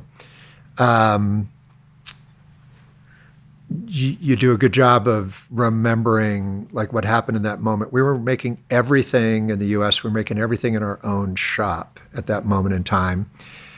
And this particular product was an interface cable that allowed the IBM PC, the most popular personal computer at that moment in time, and people that were standardizing around that same IBM connector to a printer, parallel printer. And so then this is where it was emerging, where not everything was fragmented, and now you started to get some front runners on more standard kinds of items. And so it cost us whatever it cost us to make that product at the time. So let's say it cost us maybe it was $8.50 or something. And so the receptionist at Belkin said, "Hey, there's a person here to see you." Back in those days, I saw just about anybody that wanted to see me. I could get rid of them fast if it wasn't constructive or positive, but we were very eager to hear what people had to say. And this person had the same product that we were making that had been manufactured in Taiwan, and his opening price, no negotiation, no nothing, was $650, and it was a much better product than what we were making. So I go, oh my God, we're dead.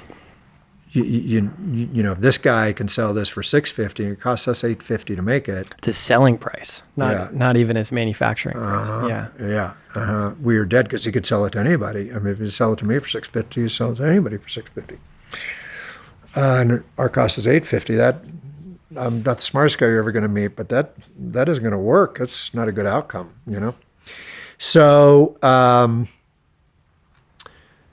so I go, hey, and I'm pretty committed to, in that moment in time, just to U.S. manufacturing and U.S. jobs, and never like crossed my mind to challenge that in any way. So that was a value. That was a part of your values? Yeah, just values in the moment. Yeah, from my parents mostly, but certainly, others, the influence of others. So I felt immediately like I needed to do something where this is a brand new world, literally, figuratively. But I needed permission from my father to even explore it, I felt. I did. So I took both of the cables and went to my dad's apartment that night and brought mine and brought that, and then just explained the situation to him. And I didn't say like, Dad, I need your permission to like go explore this, but I go, Dad, I don't think I have a choice. I think I need to explore, this seems like a real disruptive, threat.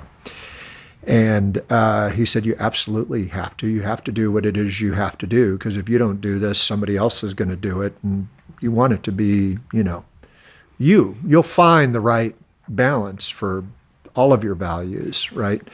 But you can't just sit and just get, smashed. So then, just being a nerd over current events and a nerd over politics and geopolitical stuff, and a nerd for history, and just kind of taken that kind of perspective on things, I just did my own assessment and analysis for like what had happened. And so the United States had owned consumer electronic manufacturing. Then it had gone to Japan. And I'm old enough to remember that even for me, when I was a little kid, made in Japan was a joke. It meant that it was cheap and it was inferior. And I watched with my own eyes, going from a young kid to a little bit older kid, Japan was a premier manufacturer now in the world. And so then labor rates had been too high relative to global markets. And then the transition went from the US to Japan. And now it had transitioned from Japan to Taiwan. So Japan had out US the US, and now Taiwan had out Japan. And so this basis for manufacturing and everything was in Taiwan. So then the thought occurred to me, trying to be innovative and creative and disruptive and turning lemons into lemonade, my mom's favorite expression. Okay, we could engage with Taiwan and then, we'll fight this new battle, blah, blah, blah, blah, blah. But doesn't it make more sense to try to figure out who's going to disrupt Taiwan and just go there first? But how did you, that was not an obvious... I think it's the benefit of history, and I think it's the passion for history. Most people would have just said, well, Taiwan is where this is happening now, so let's do it in Taiwan. The person who came to your office came with a product from Taiwan. I think it's my appreciation for history and being a student of history that... You definitely skated to where the puck was going. That gave me that perspective. Maybe something else. Maybe we started to learn some more, different skills at Belkin by that time. Maybe. I'm not sure. Anyways, I'm grateful that it was there. And so then I develop a conviction that we're going to find the next Taiwan. And it just seems immediately logical to me that that's either China or India. And the concern would be that the infrastructure not adequately developed in China, and politically it wouldn't work because there was not like a significant amount of trade or anything there, yet. And it's a communist country, so is that even like a good idea? And then India, just a unknown. World's largest democracy, but I really don't know anything about India, right? I know a little bit about China just from what I read, right? So I say I'm going to take a trip. I'm going to go to Taiwan, understand everything they're doing and what they did and how they disrupted Japan. And I'm going to go to China and just learn and see and explore. And I'm going to go to India and I'm going to go there to explore. So I go to Taiwan. That's an amazing, enlightening experience. Wow, there's a lot of advances in manufacturing, and they're doing a bunch of things that we could improve, even like with some of my dad's concepts and that sort of thing. And then look at all these things they're doing better than us. So already, whether we do anything or not, I'm informed. And so we're going to immediately improve our manufacturing in the U.S. just based upon what I've seen, like in the first, couple of hours. And then people are very enthusiastically and proudly talking about how they disrupted Japan. And how Japan was the winner and Taiwan's the new Japan. Very, very humble, but also very celebratory, very confident, Yeah. And so I go to Hong Kong as a gateway to get into mainland China. And this is so early getting into China. The only way... And Shenzhen's right there. Yeah, the only way to get to Shenzhen, there is no road to speak of to Shenzhen. You can't get to Shenzhen from Hong Kong then. Yeah, you have to go by boat. You have to go by ferry. Wow. So I get on a ferry. There's like 100 people on the ferry. It looks to me like it's way overloaded. I'm not sure that it's safe. And there's one other Western-looking guy on the ferry, and everyone else looks Chinese or Asian, at least. And I'm thinking to myself, man, I hope nothing happens to this ferry. And if something happens to the ferry, I'm not sure I'm going to be the first person saved, So I better be ready. So we ferry over, and we land at this port in China. And man, I hadn't had any experience in third world countries and third world situations yet. So I was really taken aback. This is really undeveloped, very foreign to me, very, very foreign. Taiwan was foreign in its own right, but there was a lot of familiarity with it. Hong Kong was foreign in its own right, but a lot of familiarity with it. It sort of felt developed Western. Yeah, it felt like I could see the Western influence in those places. Yeah. So that was...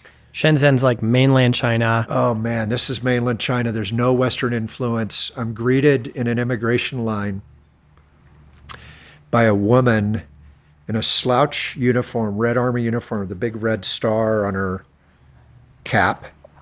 And I give the passport and the little entry visa. And I don't speak Chinese, and her English is pretty limited, but she's literally poking me in the chest, asking me a question that I don't understand. To me, it sounds like, you ate. Some, I don't know what she's saying. Finally, she gets me to look at the form. She's asking me if I have AIDS, that I hadn't checked that box on the form. Oh, wow. And so get into there. Wait, are you on your own, by the way? Oh, okay. So I'm with a Taiwanese guy also making his first trip to China, but speaks Mandarin. So he's there for the first time, having his own experience. And he owns, his family owns a factory in Taiwan. Okay. So I met him as I was starting to explore this stuff. And he's open-minded to China too, with But us. you've got Belkin running back in the US. Belkin's running in the U.S. There's thousands of I'm in employees. mainland China, and I you're got this guy with me, and he's arranged like a driver or something. This is like Bill and Ted's Excellent Adventure. You guys are... So we go to this. It's not a hotel. It's kind of like a motel kind of thing.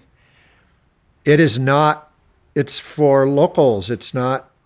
There's nothing there that's been envisioned for anybody visiting, like from the West or anything like that. It's only local accommodations, and I'm just not accustomed to it. So it's the way that local, rural Chinese people would stay, very inexpensive.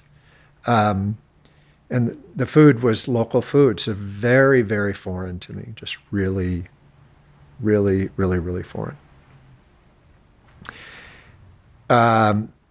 People on bicycles everywhere.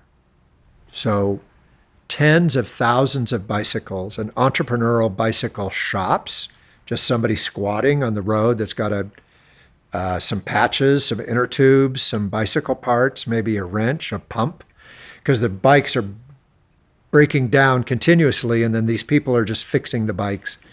And then the road, which is now the road we drive, is being constructed virtually manually. So there's little squares being created with concrete forms, little wood forms, and then people manually with a portable, motorized mixer. So they weren't mixing the cement by hand, but portable mixers, but then just pouring it, basically manual, making squares of concrete. And so that, I don't know, maybe a 10 by 10 square, maybe 3 meters by 3 meters. And then somebody else is making, or another team is making a square and another square and another square. So these squares are being made by, I don't know, tens of thousands of people building this road.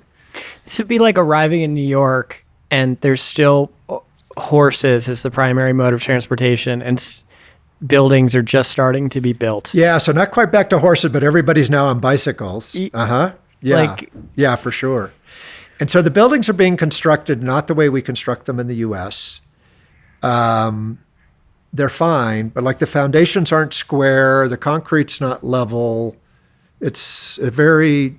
So why did you choose Shenzhen? I mean, you're painting a picture that the clear choice was Taiwan. I mean, from what you've shared so far. Well, I was very intrigued by all of this. And so then I finally make my way to people that are entrepreneurial and they're making consumer electronic stuff. And it's very backward. The buildings are backward. Yeah. The people are unaccustomed, like with Western business, but they're smart. They're industrious. Their manufacturing and assembly is very undeveloped compared to the West or what it is that I saw in Taiwan. But they're eager, and everything there is very inexpensive. Yeah. And so then I go to India, and India is a very rigid governments, tariffs. It just didn't feel right there at all. In India. So I said, we're going to go to China. Wow. And so even when I was in China, we started to develop like assembly lines and manufacturing lines, and we dove deep into China. You felt the entrepreneurism. You felt the spirit of entrepreneurism. 100%. And it resonated. And while many things were foreign, that was not foreign at all. That was just like... That made sense to you. They were just like me. They were just like me. Yeah. And so so you're like, this is where if I'm going to bet between the three, this is where I'm going to bet. And it was obvious. Yeah. It was just so obvious. It was so clear that everything was coming that direction. There's no question that that's where it was headed. That's fascinating. Yeah. Because that was some number of years before globalization and air quotes, or that whole thing started to take off. We were like a tip of the spear for it, not in any meaningful way, but we were a tip of the spear for it nevertheless. Yeah. And so we learned and we taught and we achieved an unbelievable competitive advantage. Mm-hmm. So then we went from what had been the U.S. thing to what this guy brought in, and then we leapfrog that. You went even further. Yeah. Yeah. And that's amazing. Yeah. Yeah. You want disruption? I got some disruption for you. Watch this. Yeah. Yeah. Wow. And so then the 650 became 450 or something like that. Right. Yeah. Yeah. Being cost conscious, being frugal, being scrappy, being resourceful, back to your parents. Yeah. Back to the It's beginning. the same thing. We're just like reinventing the Belkin manufacturing again with more knowledge and all that. In fact, some of my dad's tools were the examples for the tools being. Really? Absolutely. No way. Yeah. Yeah. That's crazy. kind of cool. Crazy, right? Huh. And so then that's how the knowledge transfer happens, because then other people see that, and then that gets replicated, and so yeah. Okay, so I'll try to wrap this up with a finishing question here, a fun question. So you've built a beautiful hotel here just up the block, the Desolation Hotel. Thank you. It's a wonderful experience here in South Lake Tahoe, if anyone's ever here.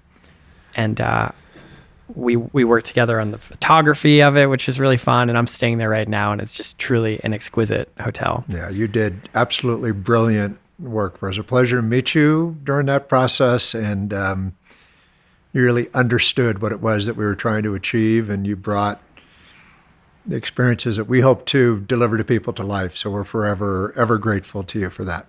Thank you. And it's just so cool to see them on the walls, for what it's worth. Yeah, it's I can't even imagine what it's like. Well, I guess it's like when I go someplace and I see a Belkin product or something. To see your own work, and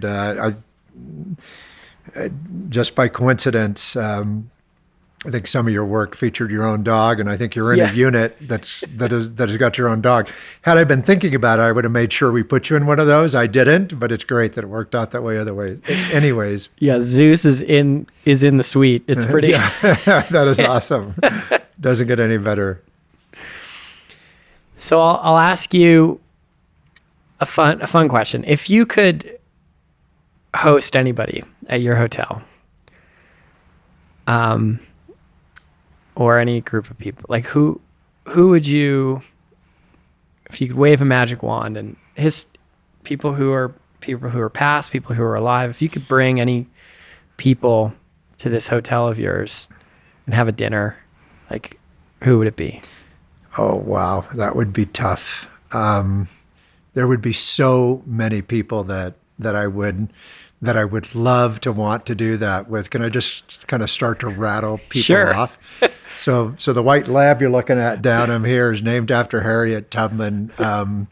I would love to have her there and get her real, insight on everything from her perspective. Would love to have Abraham Lincoln and be able just to talk to him and get more insight into his resilience in dealing with his own melancholy periods and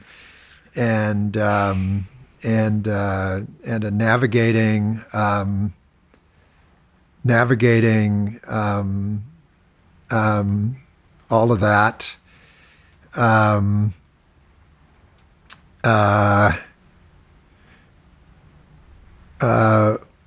Would love to have Michelle Obama and to get her inside view on current events and the way that things had unfolded and the way that they're unfolding now, and I would only want all of this with the understanding that people were able to speak genuinely and authentically and openly without any reservation, knowing that nothing would ever, go,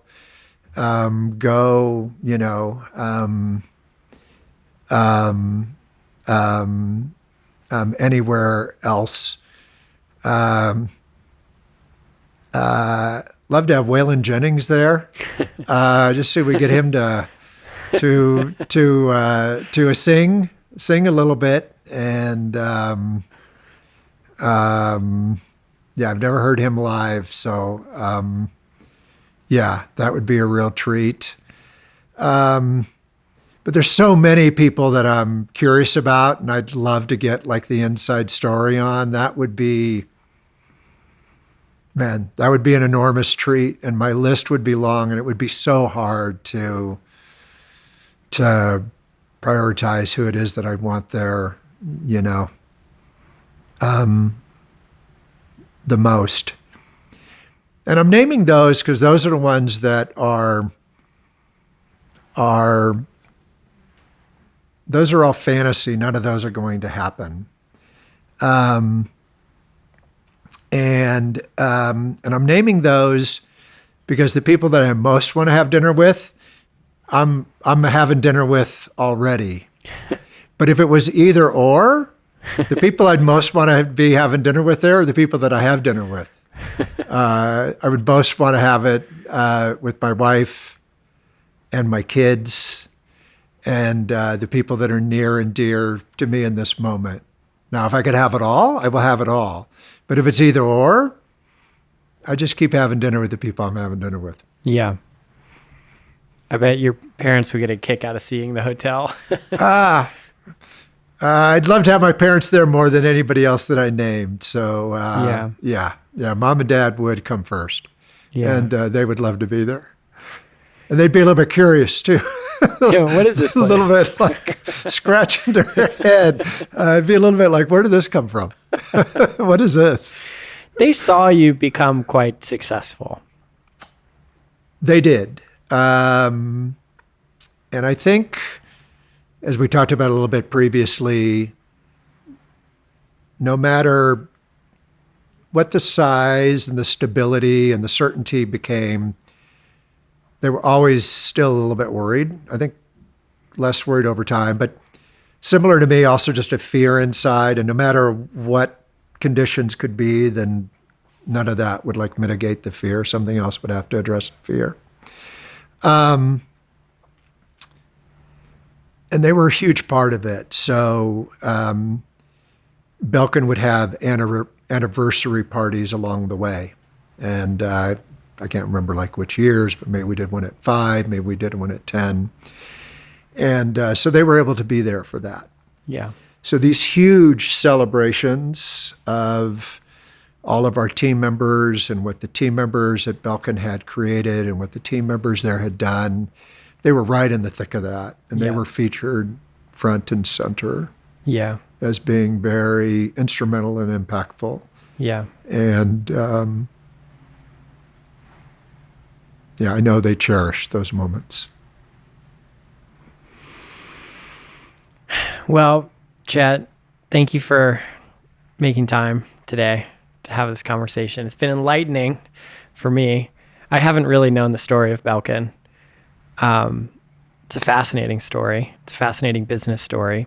I feel like you and this story and this whole conversation is a business school, like how you live, what you exemplify a good way of being a business leader.